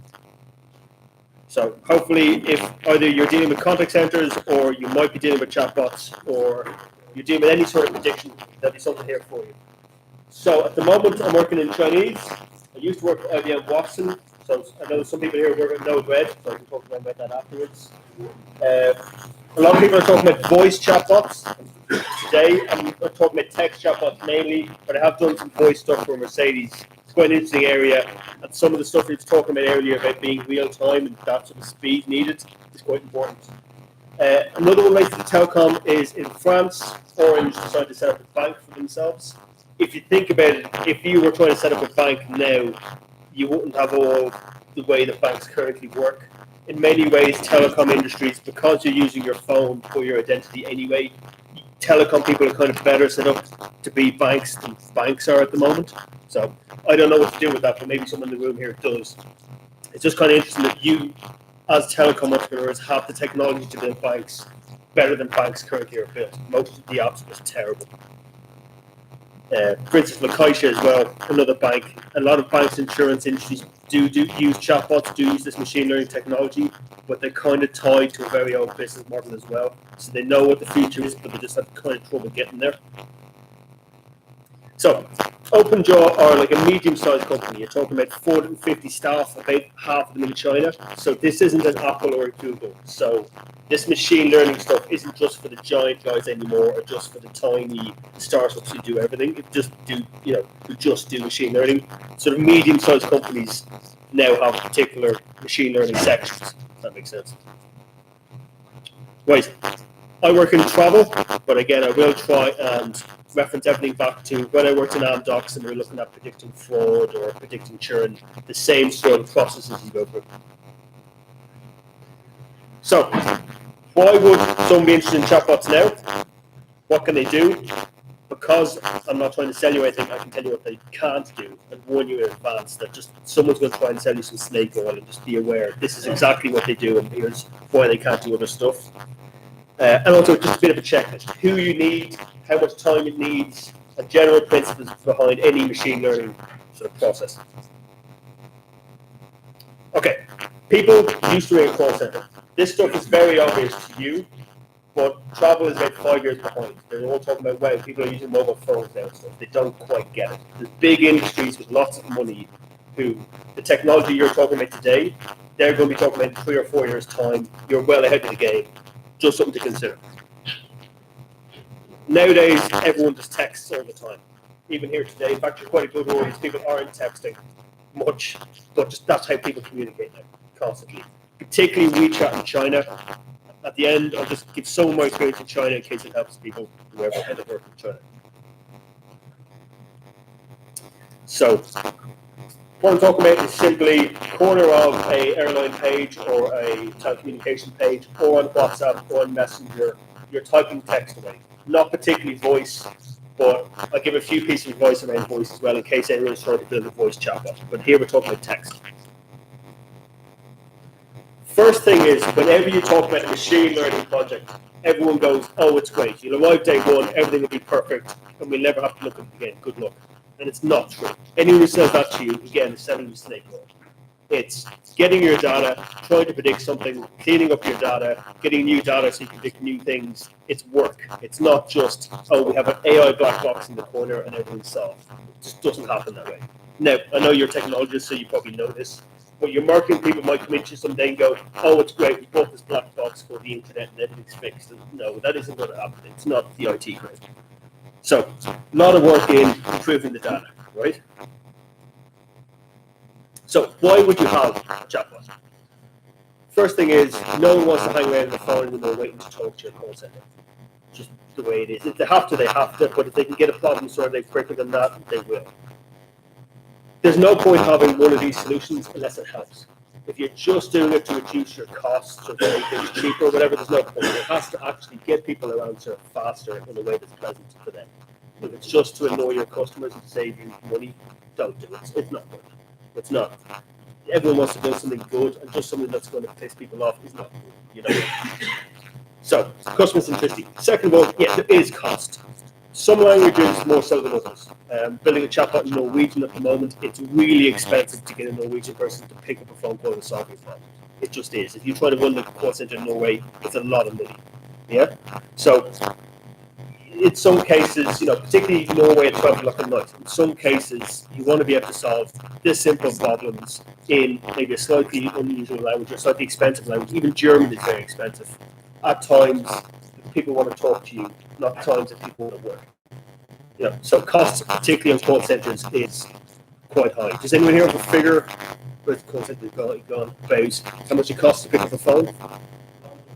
$1. That's quite cheap. Yeah, I would say 5. I would guess 5 for most languages. Most people. Yeah. So,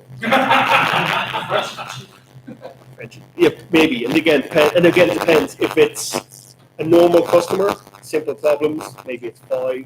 If it's a few lines up the chain, you know, by the time you get to level 3 help or whatever, it's a lot more expensive because the person knows a lot more. Mind you, chatbots don't help with the guy who knows an awful lot. I'll come to that in a minute. Revenue. You kind of do want to be able to sell things. So in travel, it's like, do you want to have priority boarding, do you want an extra bag, that sort of stuff. It's quite far down having a chatbot. The first 6 months, the first year, don't expect it to make you money, really. Worry about solving problems first, and then later on, when you get everything working well, maybe worry about revenue. But it's a nice to have, usually. So this isn't a particularly marketing audience, but this is one place where people in marketing are actually really useful. All right. You could just have a form that people fill in. There you are, it's blank. But that's not what people want. They want to have an interactive conversation back and forth. To do that, you need to have the skills that marketing brings again. Your brand has a personality, it has a tone. You know, how Orange talks is different to how Vodafone talks. They just have a different brand. And your chatbot has to reflect that brand back to the user. So some telcos are fun and happy, and some telcos are more serious in their business. And you have to make sure your chatbot's kind of matching that brand, otherwise it's just incongruous. Also, it's a good chance for you to sell your brand.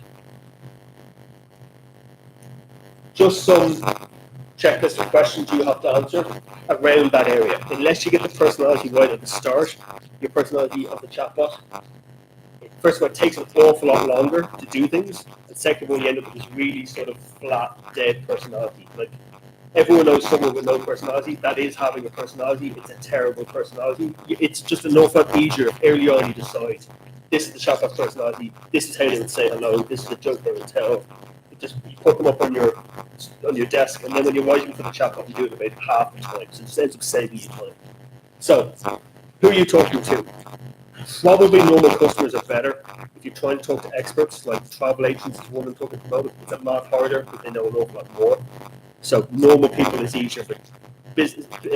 Talking to normal customers is easier for chatbot. Your first one is probably better off normal customers. What you want them to do, obviously, you know, there has to be sort of a purpose for the thing. Is it that they're checking their account balance? These sorts of things. Job description, problems to solve, just a checklist. If you can answer those questions, you've got some hope of making a good chatbot. If you can't, it's probably just some sort of vanity project or something that's just not going to work. So that's a worry again that you really do need a personality. Even if as engineers, that's not the sort of stuff we worry about. It really does help our job later on. Okay, so this is the sort of NLP part, natural language processing. There's a concept called intent, which is things people want to do, pretty much. You have about 10 to 20 topics in any industry, right? So in telecoms, it's people's accounts, their bill, their reception. Anything else? Can you imagine the sort of things people worry about? Anyone? That's it. There's 4 things. That's the thing. That's all they motivate. Everything else is fine, right? But if you've covered, you know, if you pick up the phone, they're going to be worried about their bills. They're going to say, "I can't phone you," or something like that. You kind of know the topics they're worried about, and there's certain verbs then in those topics. So there's cancel the account. There's check the account. There's things that you do to your account. Now, obviously, there's a million different ways to say check your account. But if you get the concept of this, the basic verb and the thing you're doing, if you get that, you're well ahead of the game with chatbots, because that's an awful lot. It is, what are my important things? What are they trying to do to one of my important things? And if that's what you're trying to define, you end up with roughly 50 of those things. And if you can say, right, the person who's ringing in here or typing in here is trying to check their balance, if you cover 50 of those things they're trying to do, you've got a pretty good job. So, of course, there's loads of different ways to ask those sort of questions. And the NLP task is to try and figure out what's their intent, the topic and the verb that you wish they did use. They don't always use that, they don't always use the topic word, but you try and match them to those two things. You were not going to cover everything. If you were to look at your call center and pick up the phone, if you were to cover the 50 most important, most common things people answer, it's probably well over 80%. But that's what you're trying to cover. There's always going to be 20, 10, 5% of stuff you're not covering, you can't answer at the moment. And that's okay. It's a bit like spreadsheets or even ATMs. ATMs didn't lose anyone their job in a bank. If you went into a bank in 1970, people were just counting money. It was a really boring job. ATMs stopped that boring bit of the job. But everyone in banks just moved on to do other things. They're doing mortgages and loans and stuff like this.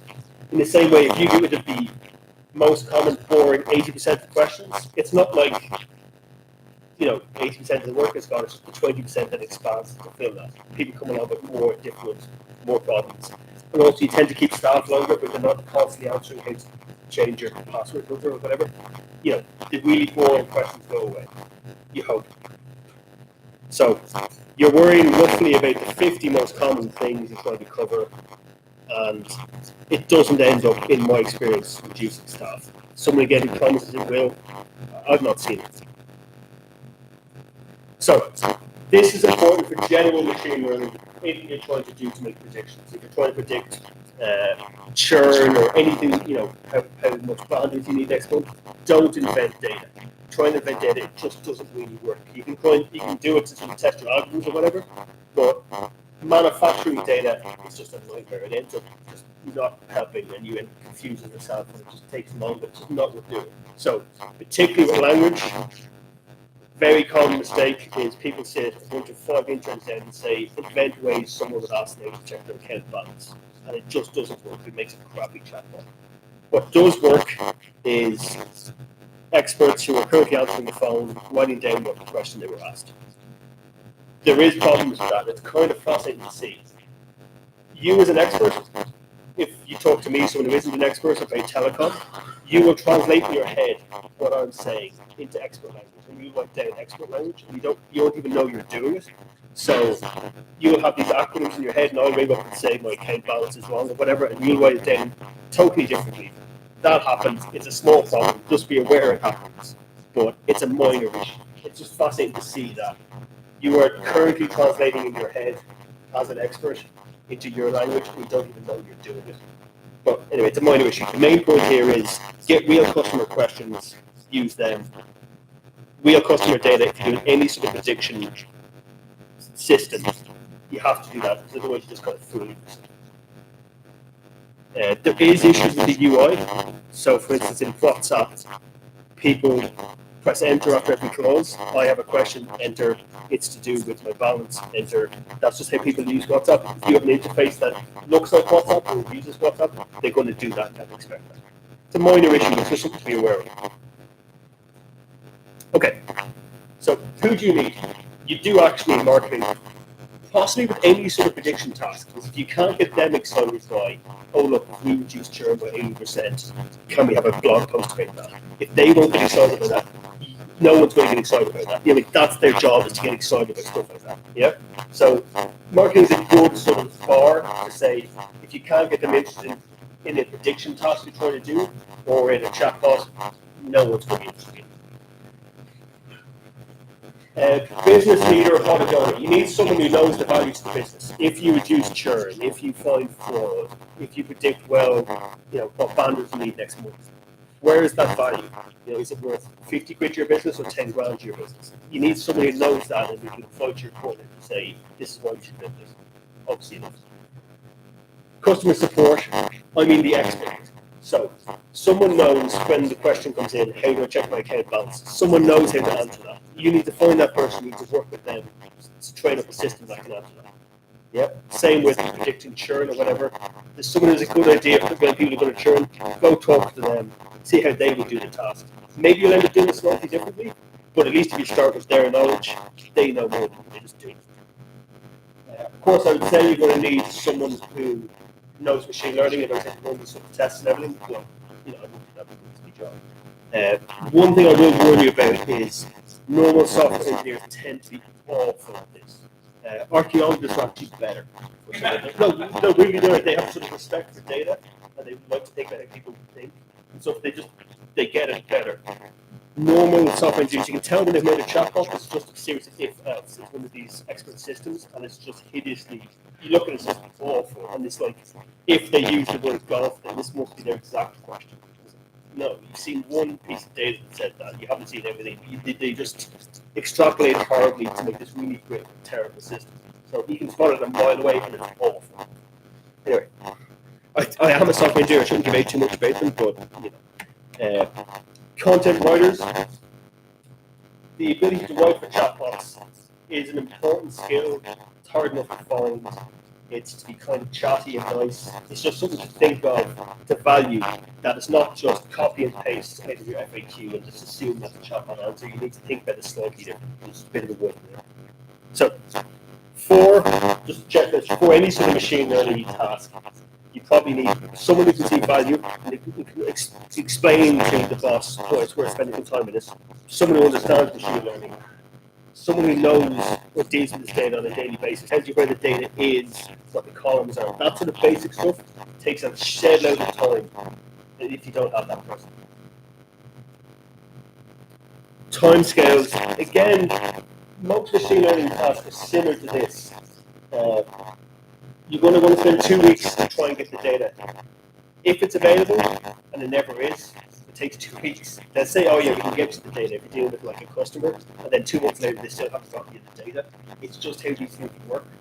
I don't know how you avoid that, but if you give them 2 weeks and you check in after a week, and that's one, the customer that when they say, right, we're ready to go, let's build this prediction system, you mean it. And they still won't take 2 weeks, but that's the big delay in any of these sort of systems, getting the data. Even if it's an internal thing, it's talking to your customer service. Oh yeah, of course we can give you the data, and it still takes 2 months to do it. It just does. And I've know what to do about it, but I won't warn you it happens. You should be able to build some sort of classifier in 2 weeks. Even if it's not great, you want to be able to kill the dead donkey after 2 weeks if it's not going to work. Know the data, see what it looks like. If you can do nothing after 2 weeks, you probably can do nothing after 6 months. Do you know what I mean? It's any of these sort of prediction tasks, you should be able to clean up the data enough and get some sort of signal out of it fairly quickly. And if you can't, you're probably not going to get one out of it. But again, that particular task of what topic is this question, what verb are they using, or what verb did they nearly use, that's quite quick. You do it in sort of a batch mode. Look for every question. You talk about 2,000 questions. Go through a spreadsheet of 2,000 questions, look for every time you use the word account. You can do that pretty rapidly, and then you look for every time you use the word bill pretty rapidly, and then you go through all the times that they use account and see if they said check. That sort of batch mode of looking through questions, you can do it really fast. In IBM, they used to say it took like 15 minutes to classify a question.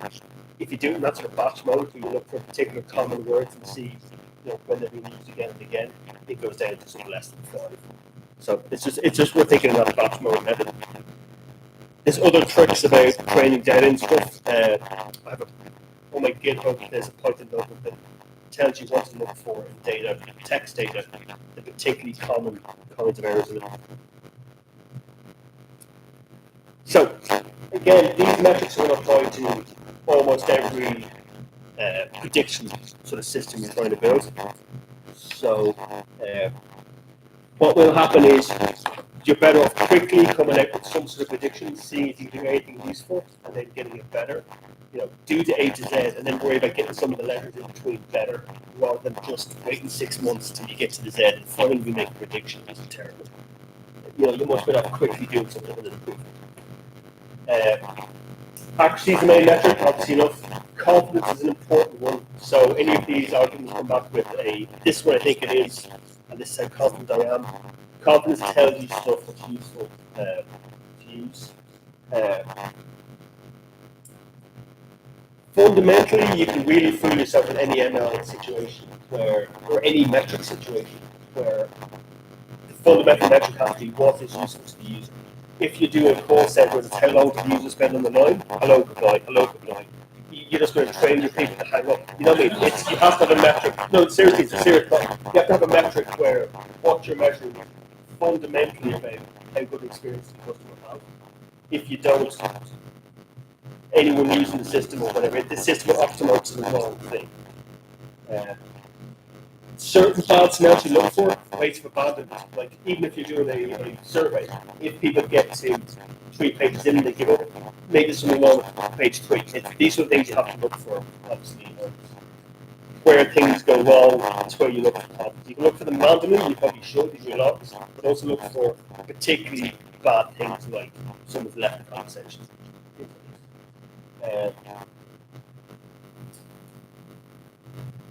Timing is important. So someone mentioned voice. This is a slightly different problem. If you ask people, for instance, their passport number or their account number and they disappear for 15 minutes, maybe at the start of the conversation, you're going to need your account number and your passport number, whatever it is for this, and that will save them time later. And they'll come back 15 minutes later and the system's down. And it just sometimes you can look through the logs and find those sort of mistakes where you're asking for information and the conversation dies. It's like, oh, wait, we're going to have to warn the user, or we're going to have to maybe try and do this particular process without asking those questions. But it's just something to look for. So, China. Anyone here work in China? Good. Okay, we'll go first. All right. I can perhaps give you some good advice, and you've all been there, and I won't be able to give you much help. So, first issue is the scale. Everything's fast and big. So, I was talking about you need about 2,000 questions to build a chatbot in the West, France, and Spain, and Germany, and the UK. That's my experience. Most languages pretty much the same. In China, and it takes you the whole length of the project to get that. You get 500, you train up on that, then you get another 500 somewhere else, and like over the course of the 6 weeks or the 2 months, you eventually end up with 2,000 questions. In China, day one, you're live, they give you 10,000 questions. So just the scale of data is different, and the problem stops being one of how do I get enough examples to train up these 50 intents to how do I pick the 50 most important intents to cover and persuade the customer they don't need to worry about the other ones. So it just everything is slightly flipped, but it's the sheer amount of data they have. So if you're dealing with China, the volume of things will happen. So for instance, even if you're not machine learning, it could just be the volume of customers you have. It's going to be totally different. Just be slightly prepared for that. So, for example, one of the clients I deal with has 20 million customers a month, and it's just a whole different scale. And I think we worry a bit too much about scale because we have agent rest options, this for our 20 customers. We don't need it, but in China you probably really do need it. Do you know what I mean? No, it's seriously, like I know people have Kubernetes and they have like 5 calls a day. It's like, why? You know what I mean? You can do it by hand.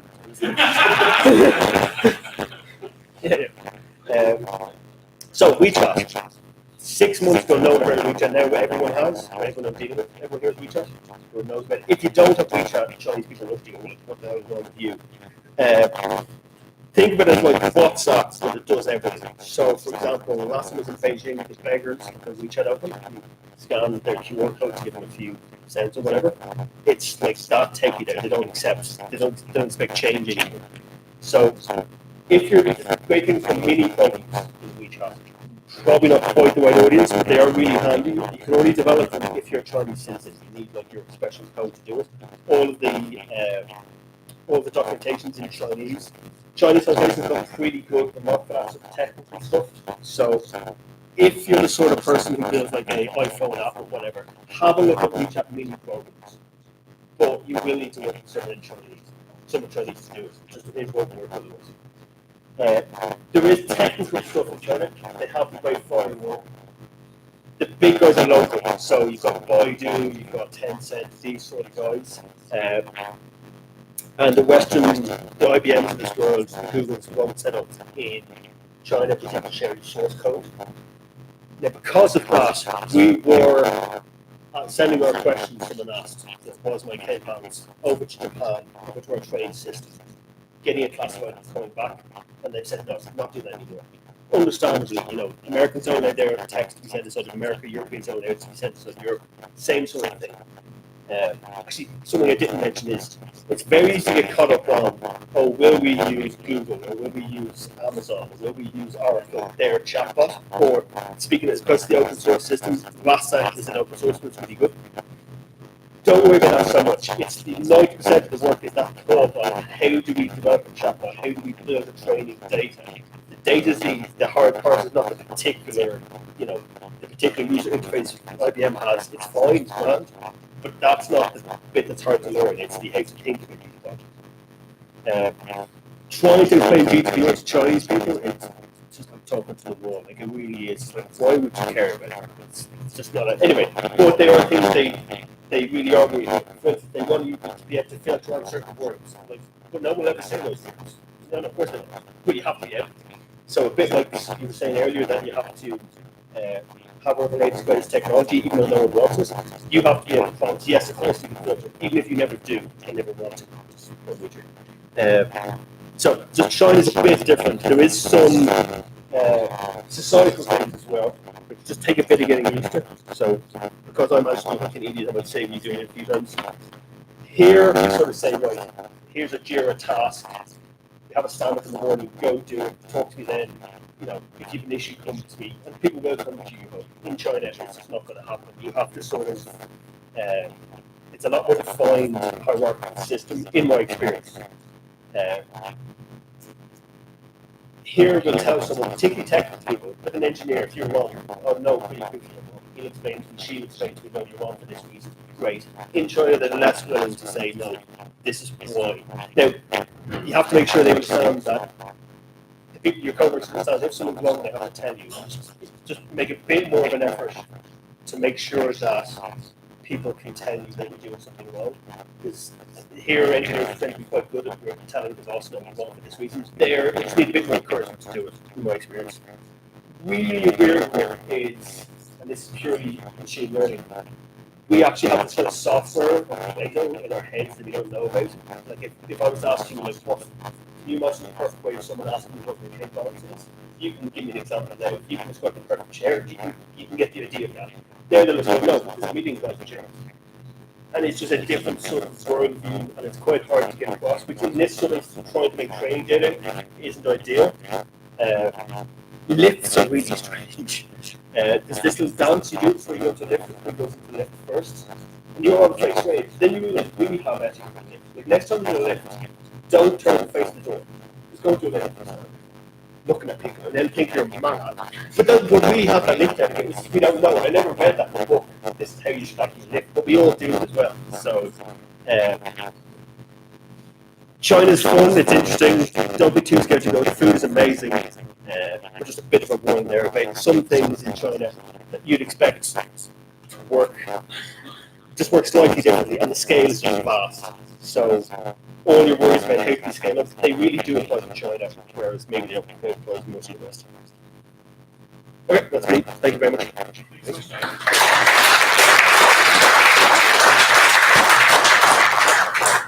Do we have any questions for David? Because you're heading off this evening. I'm heading off. Excellent, you'll be around. So, because of time, thanks so much, David. And Mom, if you could come on down and talk to us about Harry Potter.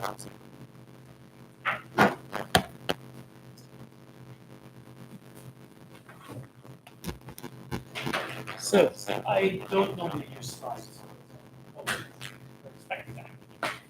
Who am I? Well, Alan and I do a lot for yes. I think it's 12, 15 years.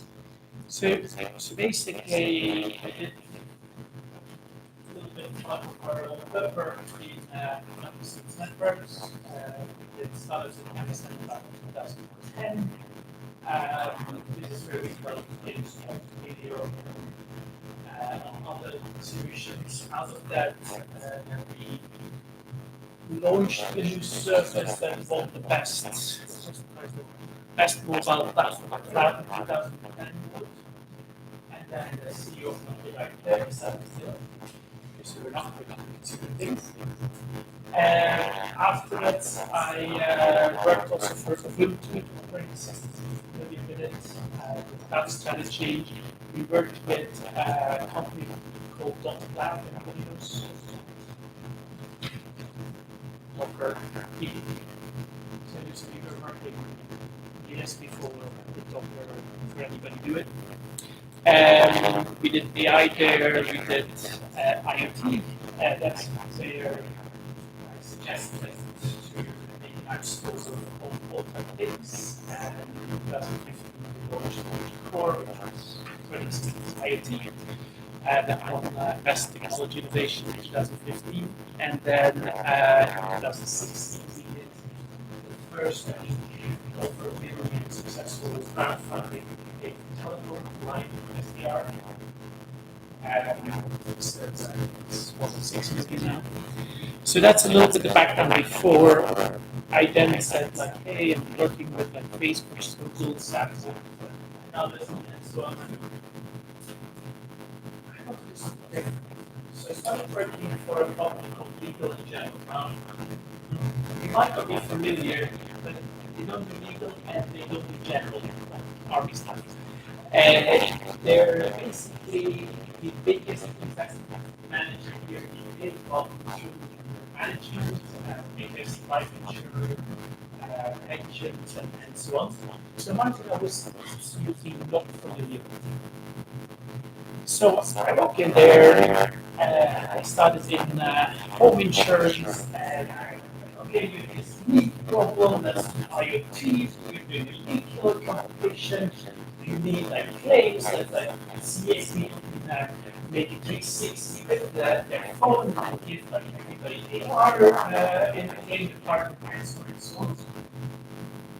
And none of that like really got it. And then I started a different approach. I started asking what's your area?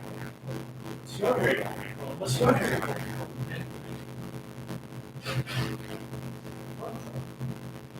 And I never thought it was very easy. It's because of business also that like the industry has tried to solve many times or don't even know how to start solving. And they're running out of ideas. And all you can wish for is innovate with a magic wand from code. So if you have a very common problem, we set compass.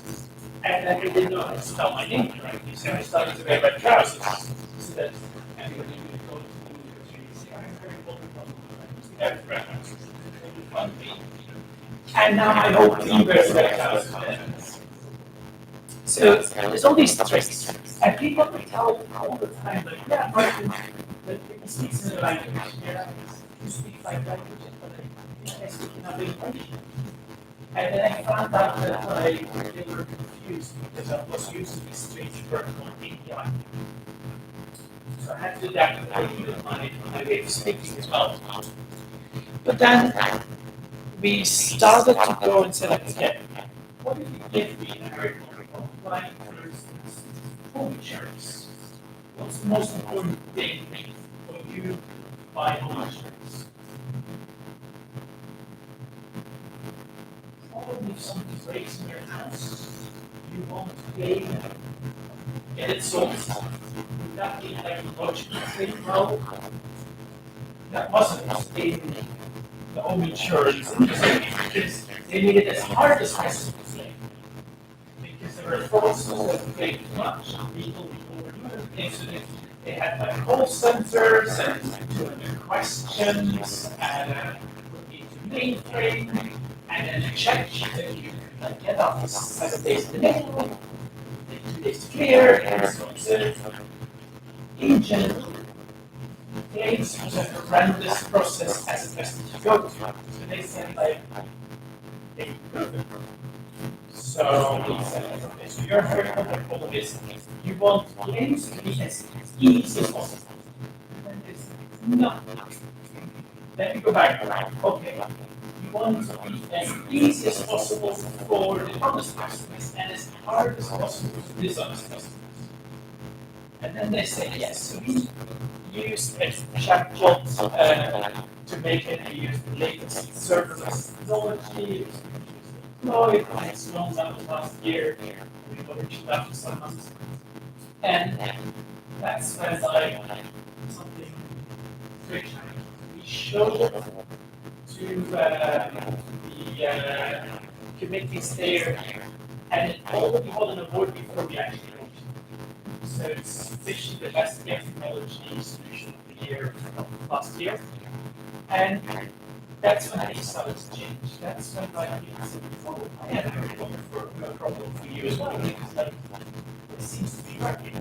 We started optimizing the process of like the risk of failure.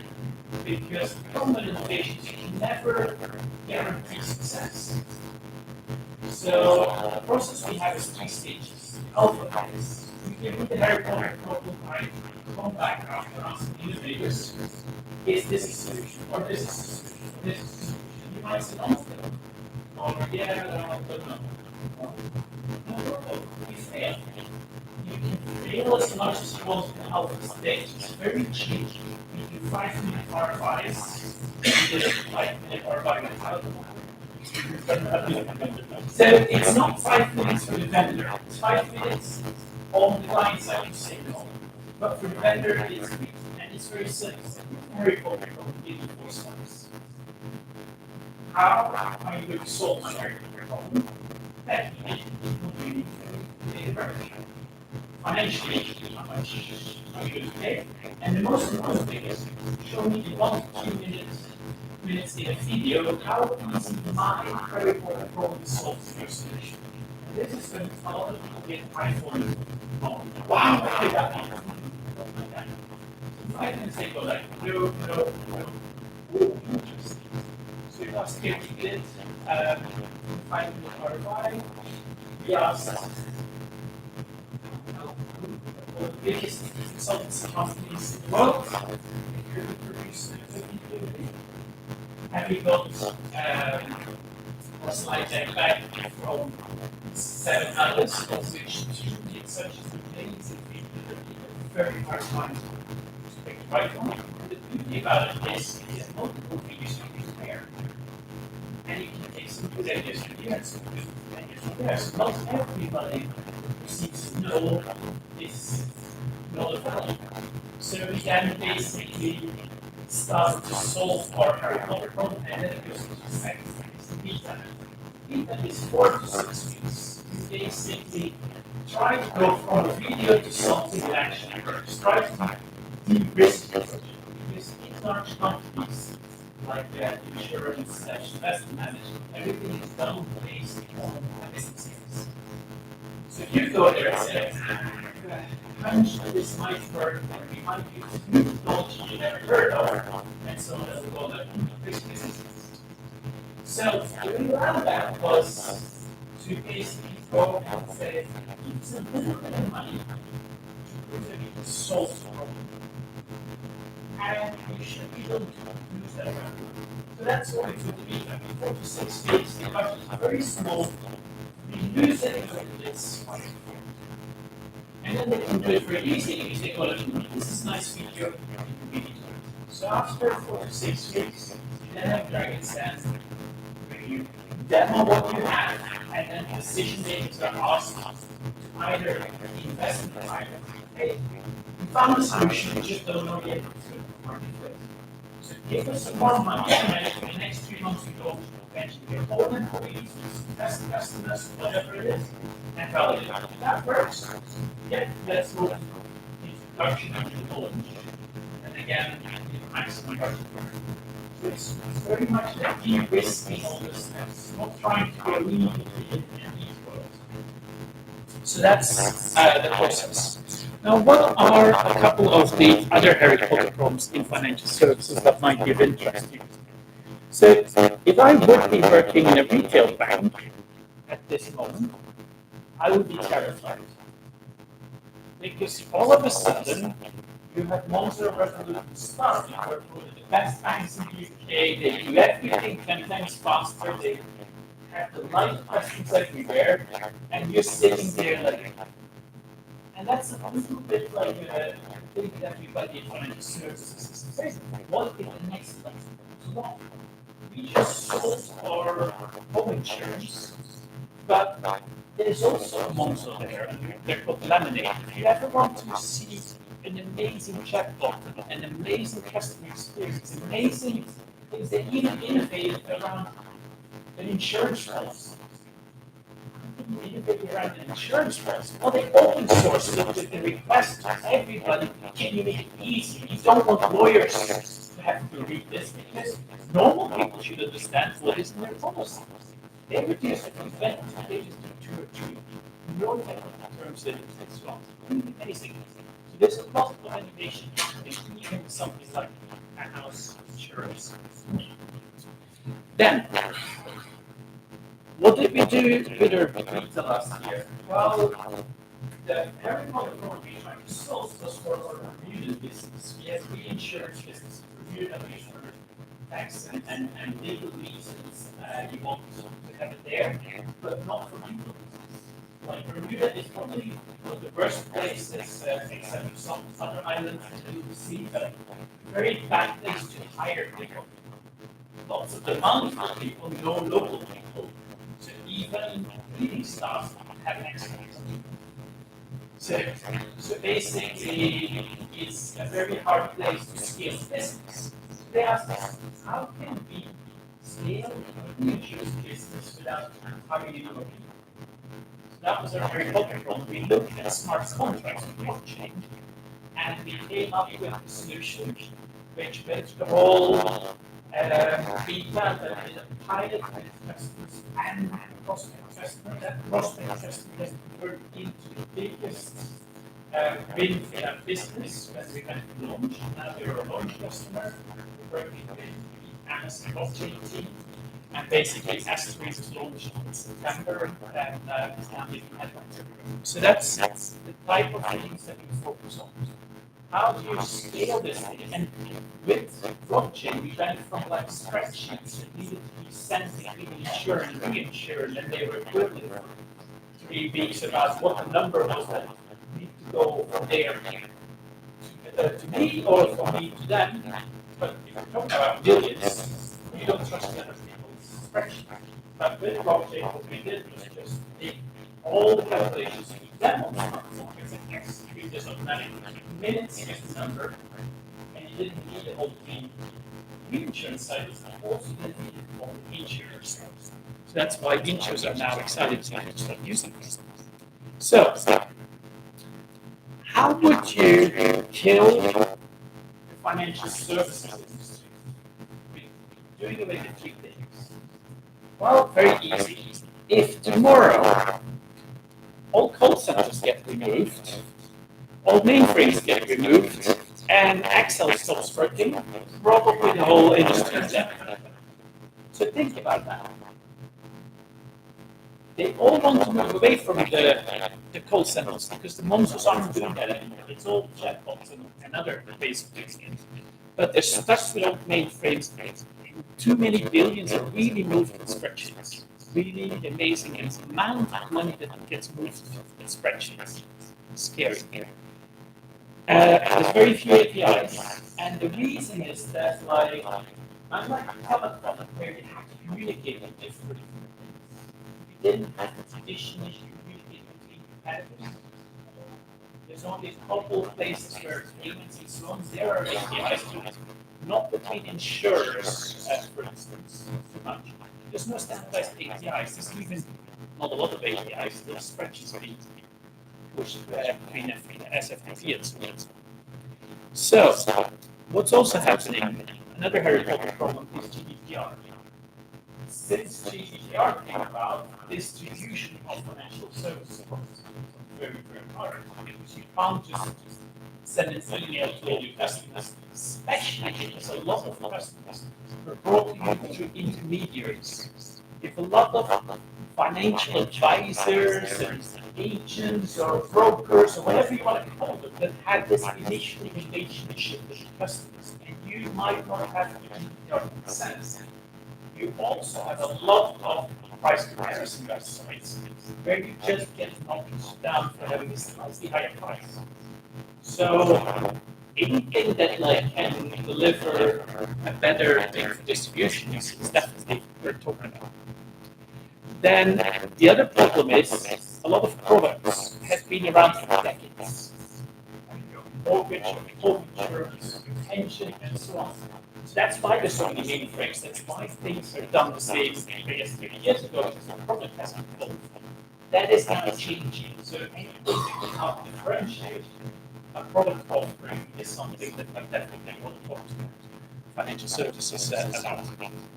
And then the last part is this disintermediation with registered happening. So before you would go and have your financial advisor visit you, this is, I think, the biggest opportunity here, because like all these things can be Uberized. They can be like video calls instead of in-person calls.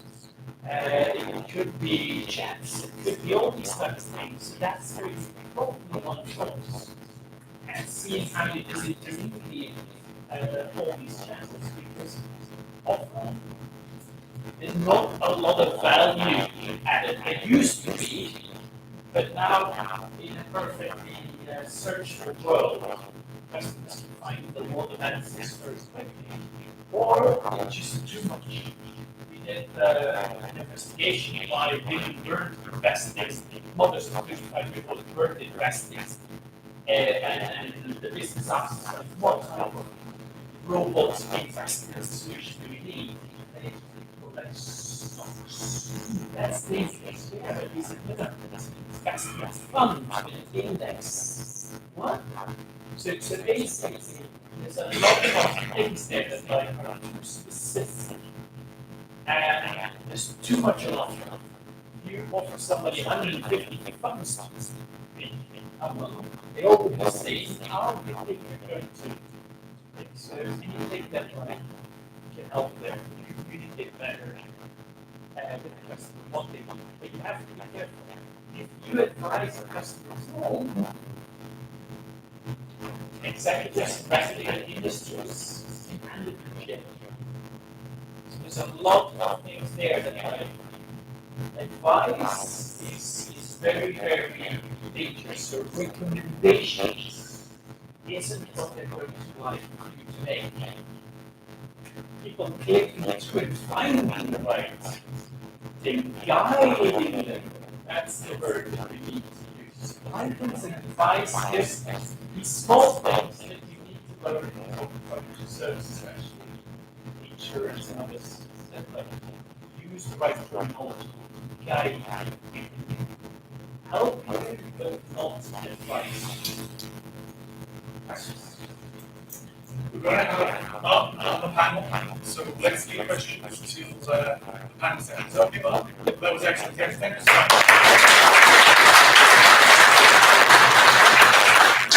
So a second member from the Telecoms diaspora that basically has left Telecoms and is doing cool stuff is Miles. So Miles, if you could come on down. I'm trying to see, maybe it's just me. Is Alistair here? No, I don't see Alistair here yet. Okay, well, pops in. So Miles, over to you. Tell us about open banking. Oh, and a little bit of introduction so people understand why we're referring to you as Telecoms diaspora. Yes. Yeah, good afternoon, everybody. So my name is Mark Chicken. I'm the head of propositions at Open Banking here in London. I have spent most of my career in telecoms, where I met Alan at Vodafone, where I worked for Vodafone Group in Vodafone UK, and more recently, a lot of work with MTN Group, worked across Africa actually. It was a very different marketplace, and that was several years of very interesting sort of challenges. So what can I tell you about open banking? Now, first of all, can I have a show of hands? How many people in this room know what open banking is? Okay, not bad. Right. So it is. So let's kind of give you a public history, and I'll kind of tell you where this is going and why it's so important and the opportunities that it brings. So it was this was something that grew really. Its roots go way back to the banking crisis in 2007, 2008. And the CMA, the Competition and Markets Authority here in the UK, realised they needed to do something to introduce greater competition and create a level playing field for financial services in the UK. And they toyed with the idea of actually breaking the banks up. You probably know that there was a big discussion about this kind of thing. And in the end, they said, no, what we're going to do is we're going to introduce competition to the retail banking environment. And in effect, 9 large banks hold something like 95% plus of all the current business, all the personal business current accounts in the UK. So it's heavily dominated by names that you would know, Lloyds, Barclays, HSBC, etc. So what they did is they said, well, we will allow third-party providers who are regulated entities. They have to get authorised by Financial Conduct Authority. We'll let third-party providers come in and start to offer services, effectively over-the-top services sitting on the banking infrastructure. There are kind of 2 basic types of services. One which is account information, one which is payment initiation. The one which is really moving very quickly now is our account information services. Those are really starting to motor, but payment initiation is beginning to happen. And only last month I saw the very first real card-based payment instrument issuer, which is a new style of debit card which basically is linked to your bank account, issued by an independent third-party provider. So where we are with this is that open banking went live a couple of years or so ago. It's a relatively slow start, I would say a rolling start. Not only do you have to write the standards and to bring all the banks to the same place around the API standards, there have been a number of version releases around the standards, but also the banks then have to implement that, and then third-party providers have to build to those standards. But we are now at a point where I think we are kind of arriving at liftoff. We can see today something like 500 or so companies in the broad ecosystem. Of those, there are something like 150 or so that have already achieved all the authorizations and so on that they need. And there is a big tail of companies that are going through the authorization process, and we expect to come to market over the next 12 to 18 months or something like that. It's like watching an industry form in front of our eyes. It's quite fascinating. Lots of startups, also some big names, and the gaffers are all moving into this as well. You know, they've been sitting on the sidelines to some extent. But we noticed earlier in the year, they started coming knocking on our door and trying to understand a bit more about the direction this was taking and what they could do and what the implications were for their business. And so we've been talking with all of those guys. Obviously, I can't disclose anything commercially sensitive in this room, but you know there are some very interesting plays which will come to market over the course of the next 12 to 18 months. So what's happening then is you have this landscape which is starting to become defined by a range of highly innovative startups, some established players, some companies moving in from adjacent industries. But in essence, as I said, this is really a nascent industry which is forming in front of our eyes. And in London, it is further ahead than anywhere else in the world. We've been really lucky in that a combination of the Competition and Markets Authority order, which then forced the banks to implement open banking. And then that aligned with PSD2, the Second Payment Services Directive, which is a EU thing. And a well-funded implementation entity, which is where I work, effectively funded by the banks on what is in effect an open-ended fine. They simply have to pay what they are told to pay by the CMA in order to fund the development of open banking, until the CMA say, it's okay, it's working. So you can imagine the kind of conversations that go on about that. But yes, so what that has meant, that kind of happy coincidence of having those various factors together, have meant that the UK is actually left ahead of the rest of the world. I think there are lots of things going on in the world of open banking. Obviously, PSD2 is something which is going on across Europe. There are different standards across Europe. There are some very interesting trades going on in, for example, Australia, where they have the consumer data right. You probably know about that. We're talking a lot with the guys in Australia. There's a lot of conversations going on between the UK and Australia about how we can align some of the things we're doing under the CDR. They're doing under the CDR with open banking. We're getting visits literally week by week from regulators, central banks, banking corporations, and potential third-party providers from other countries coming in to see us. So I find myself in situations I've never expected to be, having conversations with the governors of central banks in various countries to explain what I do, which is all about the propositions and use cases. Something that a few years ago I wouldn't have ever kind of foreseen, but that's the way life goes sometimes. It's kind of interesting. So there's this huge wave of interest around the globe, and I expect something which is really going to develop over the next 2, 3, 4, 5 years. We're going to see some really, really interesting companies start to develop out of this. So one of the things that I do is to look at how this marketplace is developing. My role really is all about understanding use cases, propositions. What does the market need in order to succeed in open banking? And one of the things that I have under my wing is a fintech competition which is currently running. It's called the Open Up 2020 Challenge. We threw the doors open to this earlier in the summer.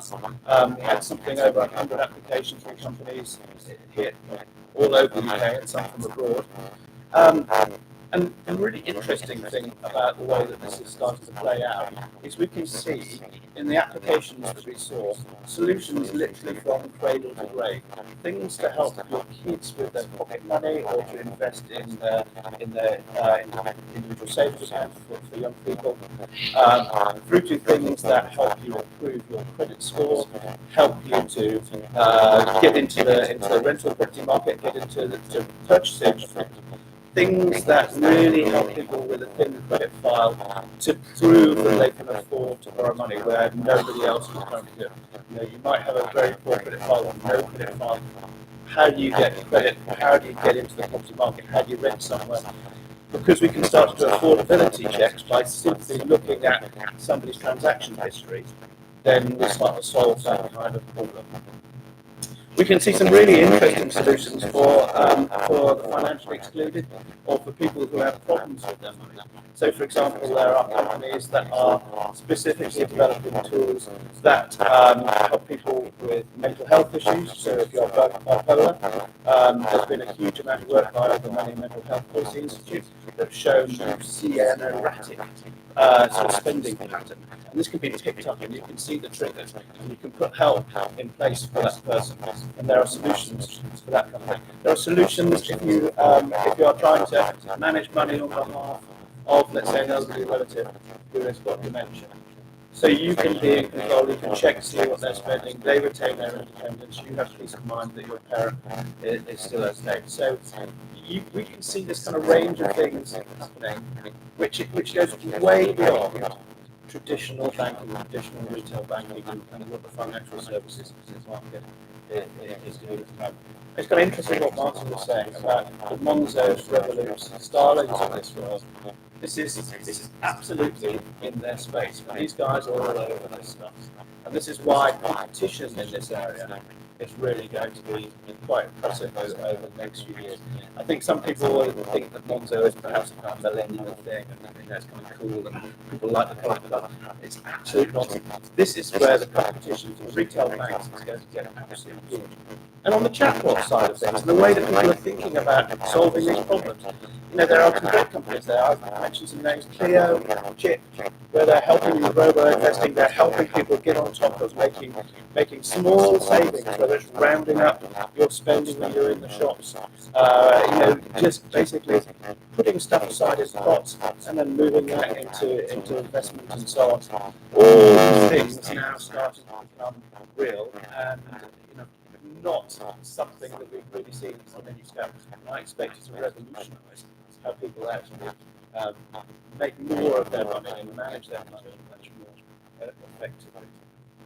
It's not all been plain sailing. If we kind of paint this picture of this kind of new industry coming in, there's still a lot of work to be done. One of the things which I'm very close to and I looked after for the first 2 years of the project really also was developing the customer experience around it. Because one thing to have a bunch of API specs and security profiles and so on that go around that, but actually you have to think about how's the customer actually going to use this.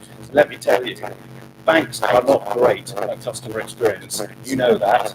But I have never seen anything quite as woeful as some of the things that we can't mention any name. But when I start to see screens that say never 5 times in a row as somebody's going through an onboarding process, I start to wonder about motivation. And these are the kind of things that we had to get over in order to start to get this thing to fly. We've been working really hard to try to make sure that, and with help from the Competition and Markets Authority, we can lead on the banks because this is a regulatory initiative, to really try to improve the customer experience, to get the interflow between the third-party provider and the banks to be as good as possible. So we don't want kind of card readers and enter magic numbers and all this kind of nonsense.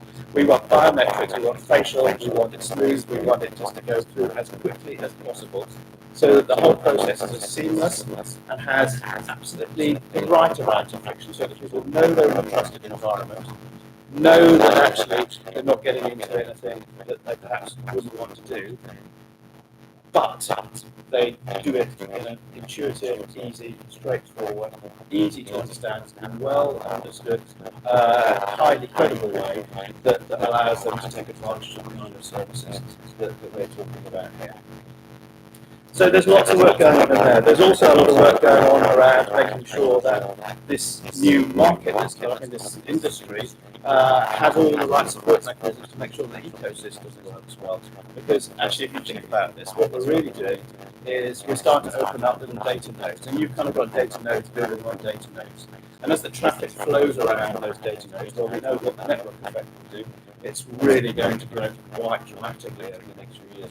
So we've been spending a huge amount of time to make sure that all the right operational procedures, all the counter fraud, all the security, everything that needs to be put in place to make sure this, as an initiative, it's not just good for the customer, but it's a safe and trustworthy environment. All those things are in place as well. So there's been a huge amount of work on achieving all of this, which kind of brings us to where we are now. We're literally, I would say, on the cusp of something that's really exciting. It's from where I sit, I see the UK absolutely out in front in the fintech arena and really pushing forward at a rate of knots, which is quite astonishing, with some really innovative, really clever companies, lots of dynamism, and literally right here in this neck of the woods here in London is where it's all happening. And it's a really fascinating thing to watch. Personally, it's been a great privilege for me to be involved in this thing and see how the thing is beginning to develop. So expect to see a great deal from open banking. You probably won't hear open banking being talked about so much, but you will see this kind of wave of innovation that's coming our way. And it's really set to change the face of financial services and retail banking. Expect it to then start to flow through to other sectors. Already, people are actively looking at open finance and broader terms, open insurance, open pensions, open mortgages, that kind of stuff. But also, as you probably know, there's a consultation that went out over the summer where the government's looking at the smart data function to oversee open data initiatives in particularly the comms industry, utilities, and where else there might be things. So expect to see a much, really dynamic open data industries developing here and in other countries all over the world, really. We're starting to see the same kind of thing coming up. And it's a fascinating thing to watch. All done, under the right regulatory framework, where the right technology is in place. There are some super smart brains associated with this around the globe, and it's going to be a really interesting ride to see this work. Thank you so much.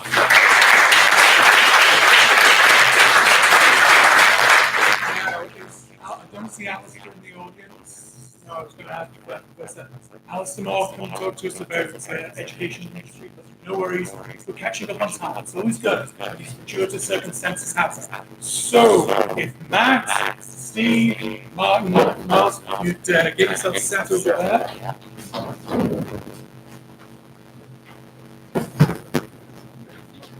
Hey, congratulations. Yeah, you're welcome to see you tomorrow as well.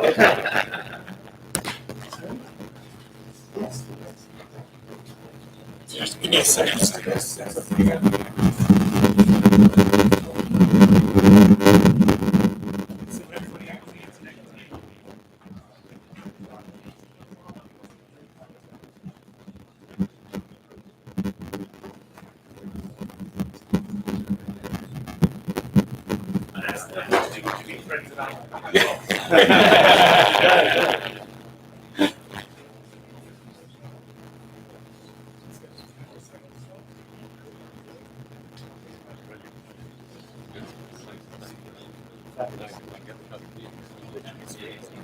Yeah.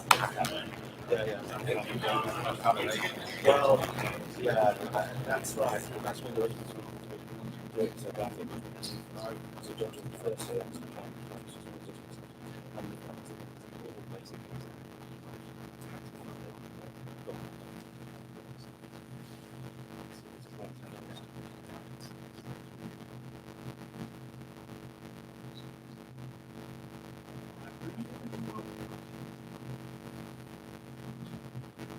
Suffering from what else has and then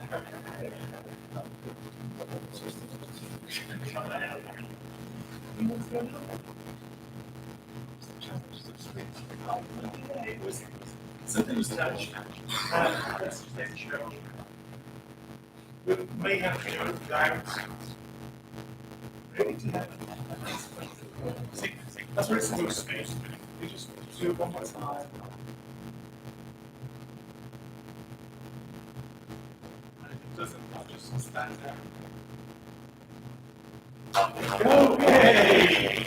Okay. Sorry about that. Okay. So we're on the home straight. Here are people will be us, but we have a very interesting panel with some very interesting connections. So we heard from Steve already, but there is a new face. Matt, if you could introduce yourself and maybe explain some of the interconnects that are going on. Yeah, so I'm CTO and co-founder of Updraft. So we are one of those scary fintechs that's coming to kind of revolutionise taking to banks. By coincidence, we're one of the finalists in the Open 2020 competition. So we'll be beers tomorrow night for that. That was announced last week.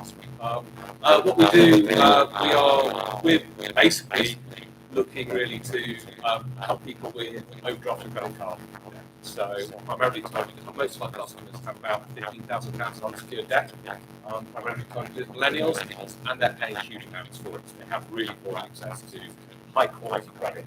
So what we do is basically provide them with access to high quality credit, and probably more importantly, information and advice on what they should do. They just don't know. Most people will be carrying an overdraft permanently, so they are customers permanently. Basically, they're borrowing £1,000 from their bank, interest only loan, at maybe 40 to 60% APR, right? And they will carry that for a decade. That makes no real sense. So we're basically going in and trying to fix that problem for them, and then help them with credit cards. So. Excellent, thank you so much, Matt. So let's just open up to the audience. We've got some really great innovations that open banking act particularly wants to get in here. It's great for the framework. I think it's signaling a whole range of innovations. We've got one here already highlighted some of the others. I think it's an excellent opportunity for entrepreneurs in this audience here to look at how they can do what they're doing, their businesses, to take advantage of the framework that's been created. So, any questions, comments? Alex?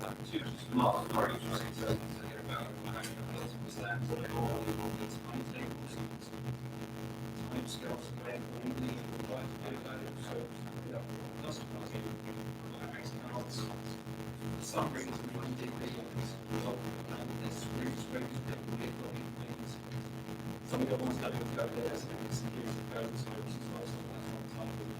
Is there a kind of government thought to every Yeah, so what you're talking about there when you access and you're looking at the services.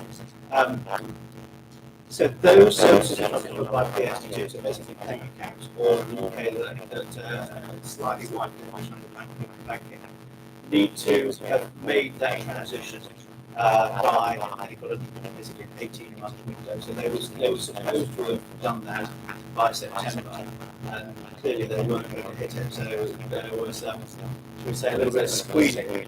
But in the end, but this is across Europe, in the end they basically said, okay, fine, you've got a little longer to do it. So you'll see a little bit of transition. I think what's harder to predict is how long it will take before we see API access becoming the norm across all types of accounts. So at the moment they're mandated for payment accounts, but not for mutual savings and things like that. And that's partly open finance, so that's probably going to take a while longer. It's clear that over time everything will migrate to API. size that we can see that they also talk to council all the time. We couldn't see a way to become FCA regulated just to access our own accounts as well as so we would all line up requests and transfer wise and just like using everything grab stuff to the rest of how many families are just these things. Is there something small business be able to access their funding data on that? Yeah, it's something like Zero or something like that. I mean, all of the software companies saves into Zero or banking. We use Zero that's checking that data. So every it's got half an hour, every hour, every time, push notifications down. That's size, so we can say that we don't take weekends customers. Those customers will be done by 10%. They want that rate there.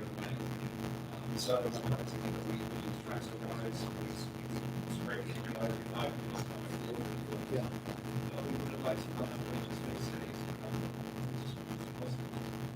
Well, that's curious. I don't know why that would be. I could say exactly what it is. Yeah. Can you relate? I'm interested to know more about the experience. You should.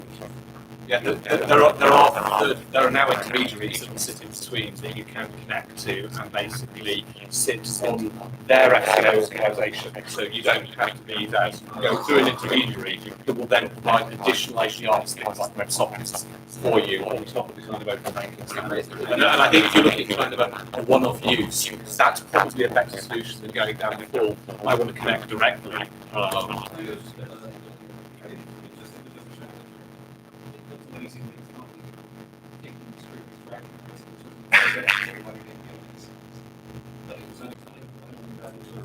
Well, why don't we catch up after this? Tell me a bit about your business, and maybe I can point you one. There are quite a few that would be able to help you as an intermediary. I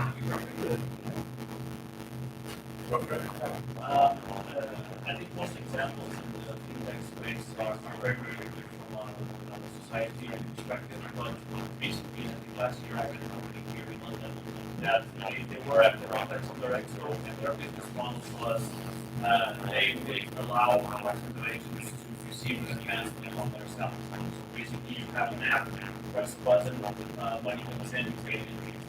This seems like it's predatory. My perspective from another organization to have this kind of capability of regulation. Regarding the regulators in the sector, are you aware that, of course, fintech is a very quick movement, but can also bring some backgrounds into play? How do you feel that you can check, trying to replace a big value with a bigger value? What was the percent? It was around 80% for the first month. And then it went up. Yeah, the one that was here was charging 1,000 plus. So you might see 80 as a lot of that might. Yeah, it's well, I got a bit shocked because it's actually higher than the average credit card rate in Portugal. So it's around 14 at this point. And And it's like that. So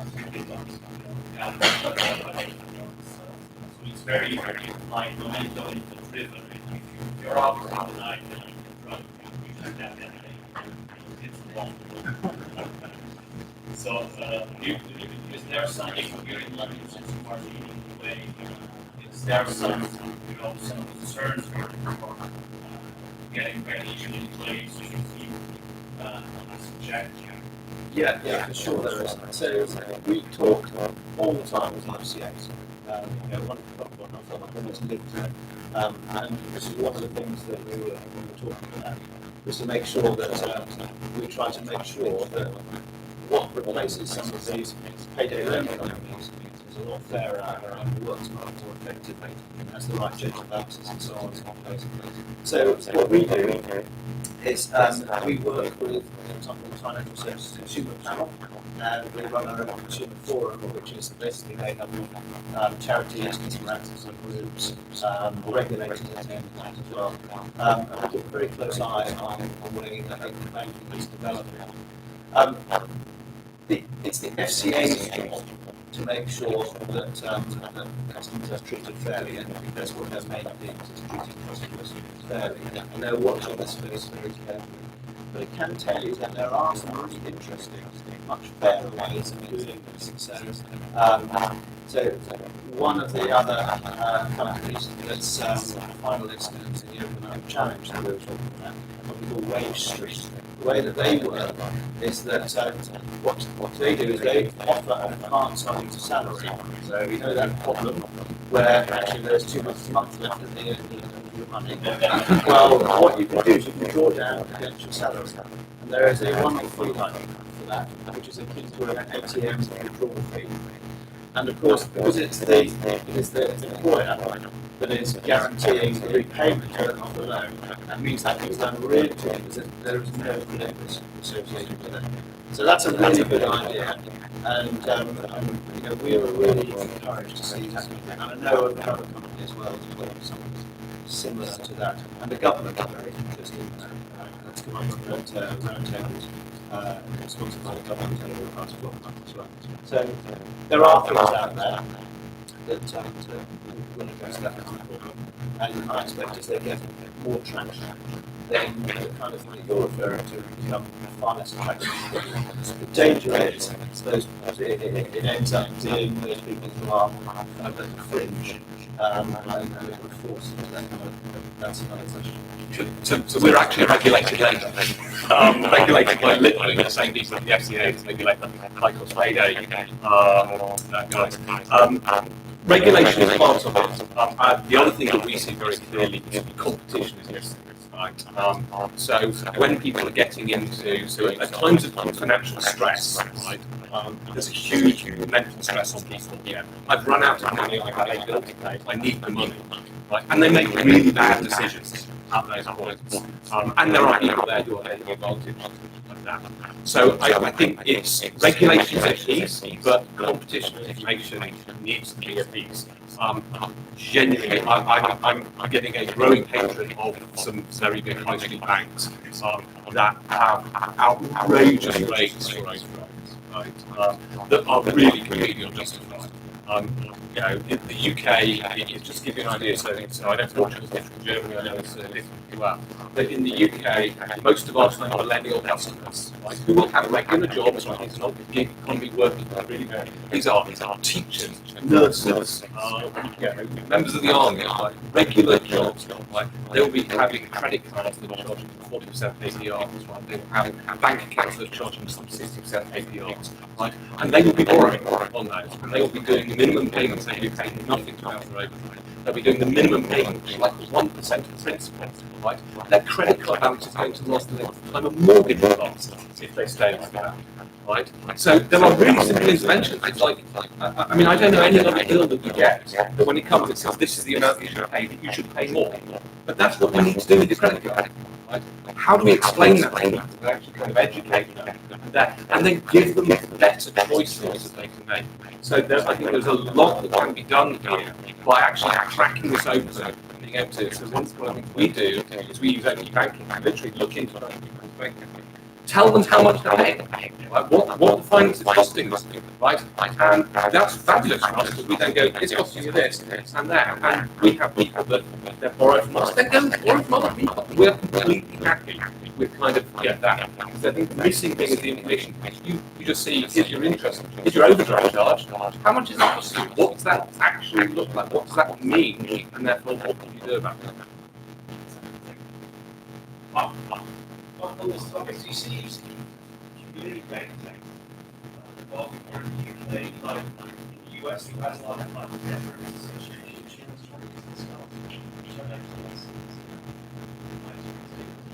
see in that example,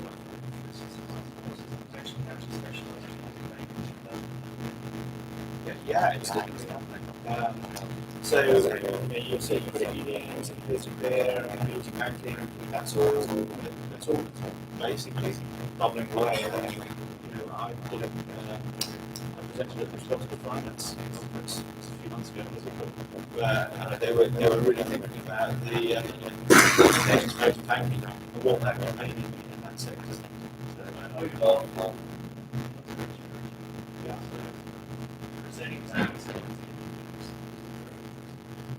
Well, we're always having a time to talk.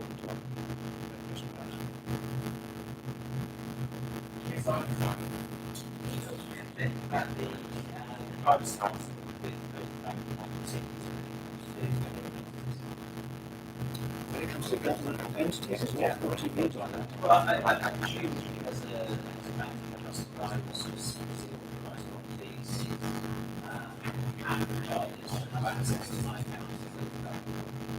That's basically it, yes. Yeah, I guess they have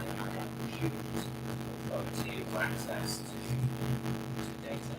So the way it works is, so there's two sets of laws in place. So GDPR, which you know about, yes, so GDPR is the kind of framework that everybody has to live to. And typically what's happening is when you sign up to one of these apps, then you'll go through terms and conditions and you'll read the privacy notices and so on. And you'll go, yeah, I agree, and you'll set the whole thing up. Then you'll be asked at that point to share your data from your bank with that third-party provider in order for them to provide the service. So what we ask for is that needs to be really clearly spelled out to the customer. So they need to understand its purpose, they need to understand what the data is that they're sharing through plus the data. So it's really clear, you only share what you need to share in order to perform that service. And that's GDPR compliant anyway, because it is ensuring it's the minimum amount of data that you possibly need to share. And the duration of the sharing for, and you have to read off the every 90 days as well. It's a bit of a pain, frankly, but nonetheless, it helps to protect the customer at this stage in the iteration of open banking. So very, very tightly controlled. You cannot do anything, the third-party provider cannot do anything with that data without getting into serious water. And we're working very closely with the Information Commissioner's Office about the way that this is regulated in the future, and particularly that we set the serious something that I have on my plate at the moment. Does that make sense? Yeah. Does that make sense? Steps to, for example, HMRC already have a process so I think that's easier No, that's not what I was talking about change. I've never been involved in any conversations with anybody about HMRC being able to go and have a look at something under the TLT banner. So no, I'm not aware of it. We'll get like money now. Okay, just a quick change in gear here. Because I didn't answer the important question earlier in panel on seats. So this is just next easy. But what do you see is missing from seats? So most of the stuff, I'm going to say there's nothing missing because we've got our little web books and we've got our APIs for REST and we've got our XML, so there's stuff out there. Unfortunately, the company that's got the nice REST stuff doesn't have a nice consistent API. And I think we've got a nice consistent API of stolen from the XML, which they just copy and pasted out Twilio. And the people that do the webhooks haven't got the consistency, all of them. So they've just taken their own little bits. But because there doesn't seem to be a consistent, we have a vision of what this is going to be, rather than, oh, we've got a fax API. I'm sure there are fax APIs still out there. Happy for you if you're building fax API and fax applications. I haven't used one since forever, but someone's expended time and money to build out their fax APIs when I'd just rather their phone API work properly. Or I could actually use the same number for text and for voice and not have to buy two numbers and run two different services on it.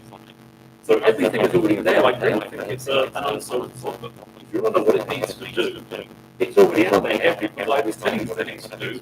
No one has yet done it, except obviously people like Twilio, have managed to bring everything in, make it consistent, and then ship it out. Because building API is not a difficult thing. Okay, it takes a little more effort. You build your API and you ship out, look, click this code request and you can do this. And then someone's got to go away and maybe put that into a JavaScript example, and a PHP example, and maybe even a Java example. Then someone's got to go and build that as if you log into the portal, you put your username and password, it's like, I'd like to try this in the browser. Oh, you can't, someone's got to go and build that. And then you need an example. Show me this in use. Show me how would I do a send text message when this happens. You've got to give that example to the end customer. I think it was Jerome who said about no code is a good thing. Or my misremembering the photo. I think it's like, yeah, that's great, but it's still got someone somewhere needing to code something. So you've got to provide a thing where someone with some knowledge will be able to go in and clicking and dragging. There's been so much time doing click and drag user interface to cover every single case that someone might possibly want to give a service. Just give them a nice simple API that works. It's an example of what Twilio could like. They said, we're not going to spend all the money on the infrastructure stuff. We'll take their bills. We'll get some people in who know how to talk to developers, know how to do an example, and they can do an example of a blog post. How do I make my blog or tweet number of messages I've had this week, and then send me a text message when I get 1,000? It's not a great use case, but someone will have a post on that.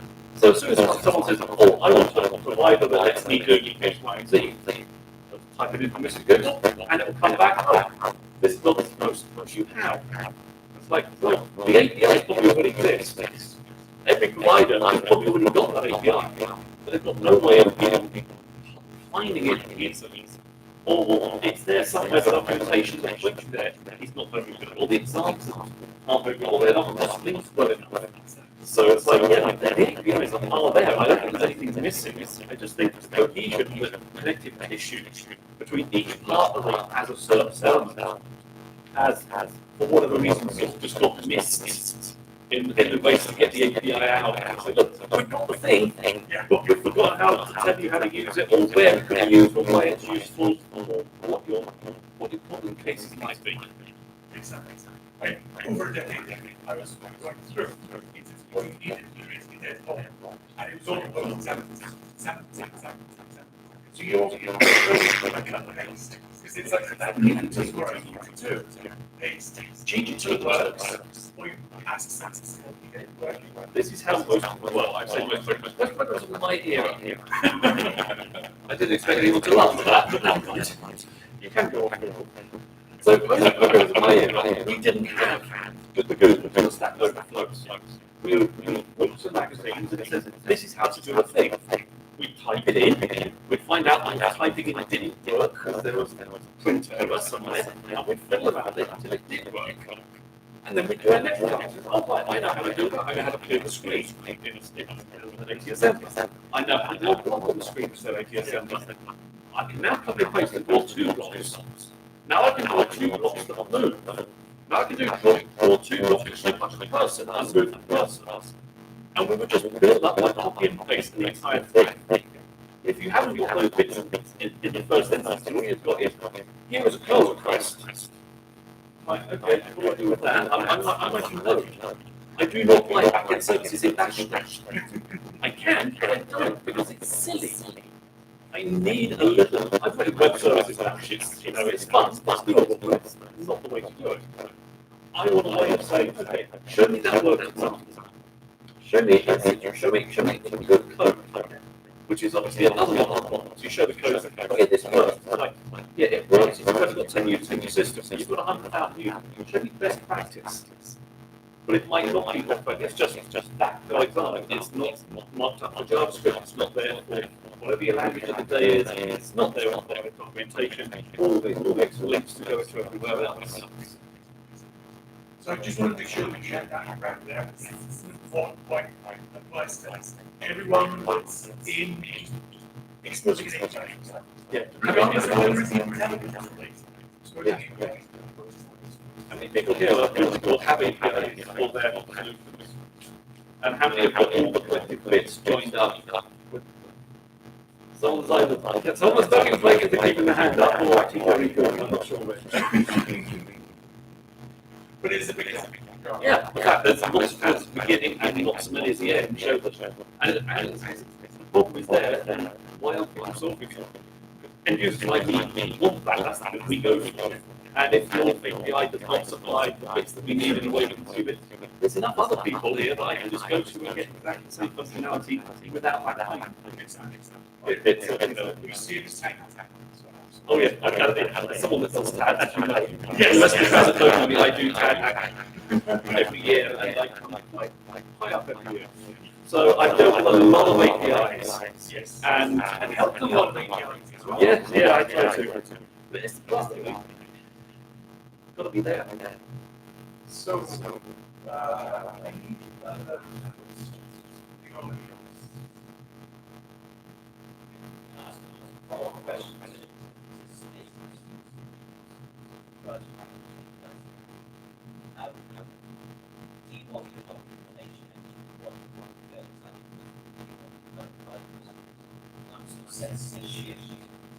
away from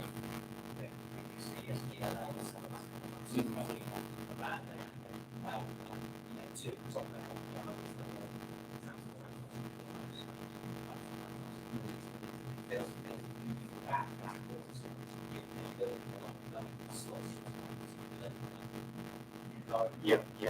So for a lot of the current type of web development and the type of web devs that are currently in the field, they want building blocks in place. That's not saying I necessarily do, but it is very much a case of I take this building block that sends the message. I take this building block that receives the message. I take this building block that understands the message, that does an NLP on it, and then I process it and I send it back. They're not too interested on how the bits work. They need enough endpoints in, so you say, I want to send it to that. I want to send that message out to that phone.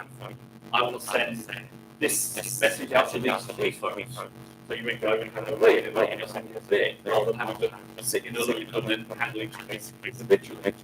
But a lot of the people that do the plumbing stuff are not that part of the audience. There are certainly people that want that, and that will be the people who are doing their value add. One of the examples from earlier was, how do I verify that this phone number really does belong to that person? Well, it's the same simple code as, you forgot your password, well, I'll email you a link and you click on the link to put in your password. That code is not difficult to write. But why would anyone want to write it in this day and age? With telecoms, it's slightly different because it's new. And as much as, well, I can send from my command line or my service a message, say, just send us a click on the email link and send you send me to verify if you own this number. That's going to require a lot more plumbing commands. But if you can provide that and a building block API, it means you don't make the same mistakes that anyone else is going to make with security, privacy, or opening up yet another attack vector to your system. So it's from a developer perspective as well. I'm looking for a stack, right? I'm going to start with the library and the language I happen to have chosen, and I hope that you provide that. And by the way, I'm going to provide one with what language that is about every 2 years, right? So you better keep up. So that's where I'm going to start. But I want that built on a kind of consistent, simple, easy to use, sort of API level, that if your library with the assumptions that you're making at that top level and how that works doesn't fit my particular use case, I can go under the hood and hit the kind of API level directly. So the idea of having a kind of black box DLL, that this is the API, right? That I'm going to start that, right? I'm going to start that. But when my use case gets specialized, I'm going to need to go the level down. And so I think you need to kind of provide both. And it's the other thing. The object kind of back end. Actually, if I'm Captain full time, I'm going to be people that provide binary packages, right? Are way down my list of best than people that provide open source. Because software has bugs in it. Right? And if I am responsible for my application and your binary library has got a bug in it, I can't fix that. Right? You're out. The next guy has got an open source things that I can work around, or at least understand what the issue in that is ahead. So I think that's kind of what I'm looking for with the stats. Start high, right? But let me go lower when I start to be unique customers. You've got on the open source idea. Provide the block on top as an open source thing, but then talks to a lower level application. I've probably never looked at that plumbing. I'm probably never opened that black box. So if it's there, I know I can fix things or check things. Until it gets business critical and unique to me, at which point I then do. And now suddenly you've got a real benefit. Like now, I'm tied in something specific that's kind of to you. So I think as a vendor, you definitely want to be looking at start people easy, but let them go deeper. So easy to accidentally get a joke concept of discussing your open source. And then as your business grows and scales, then you want to say, you're doing economics calling, so you just take the block, it's an X, and then in case it becomes a little bit specialized on your sharing the numbers, so then you want to use some way of being able to block that, so then you start with that's cool. Do we have, are we ready for X6? So, I mean, let's draw a line on this. Yes, thank you so much, guys, for providing some great background insights in how you're innovating different industries. Thank you so much.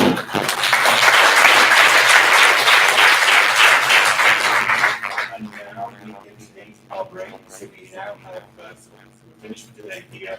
Upstairs, we have the pizza, we have wine, all thanks to some staff. So it's sure to come and say a few words.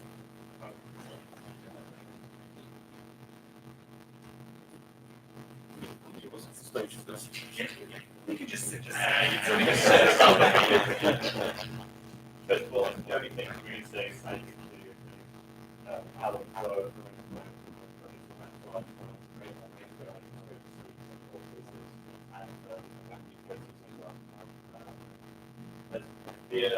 upstairs, and here's wonderful with all the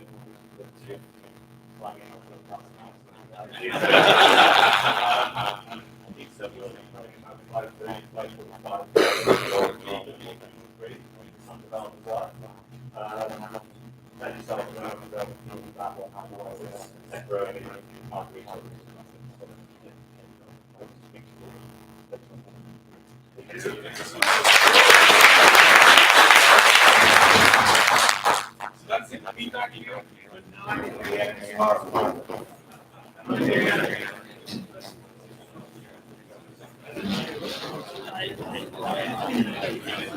For distribution payments by sort of like direct debit constant payment. CC API use.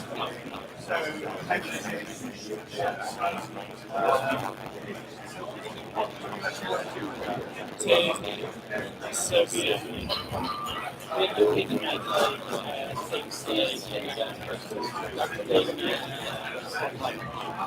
companies that use cases basically contributions to license whatever but we're also looking for individuals to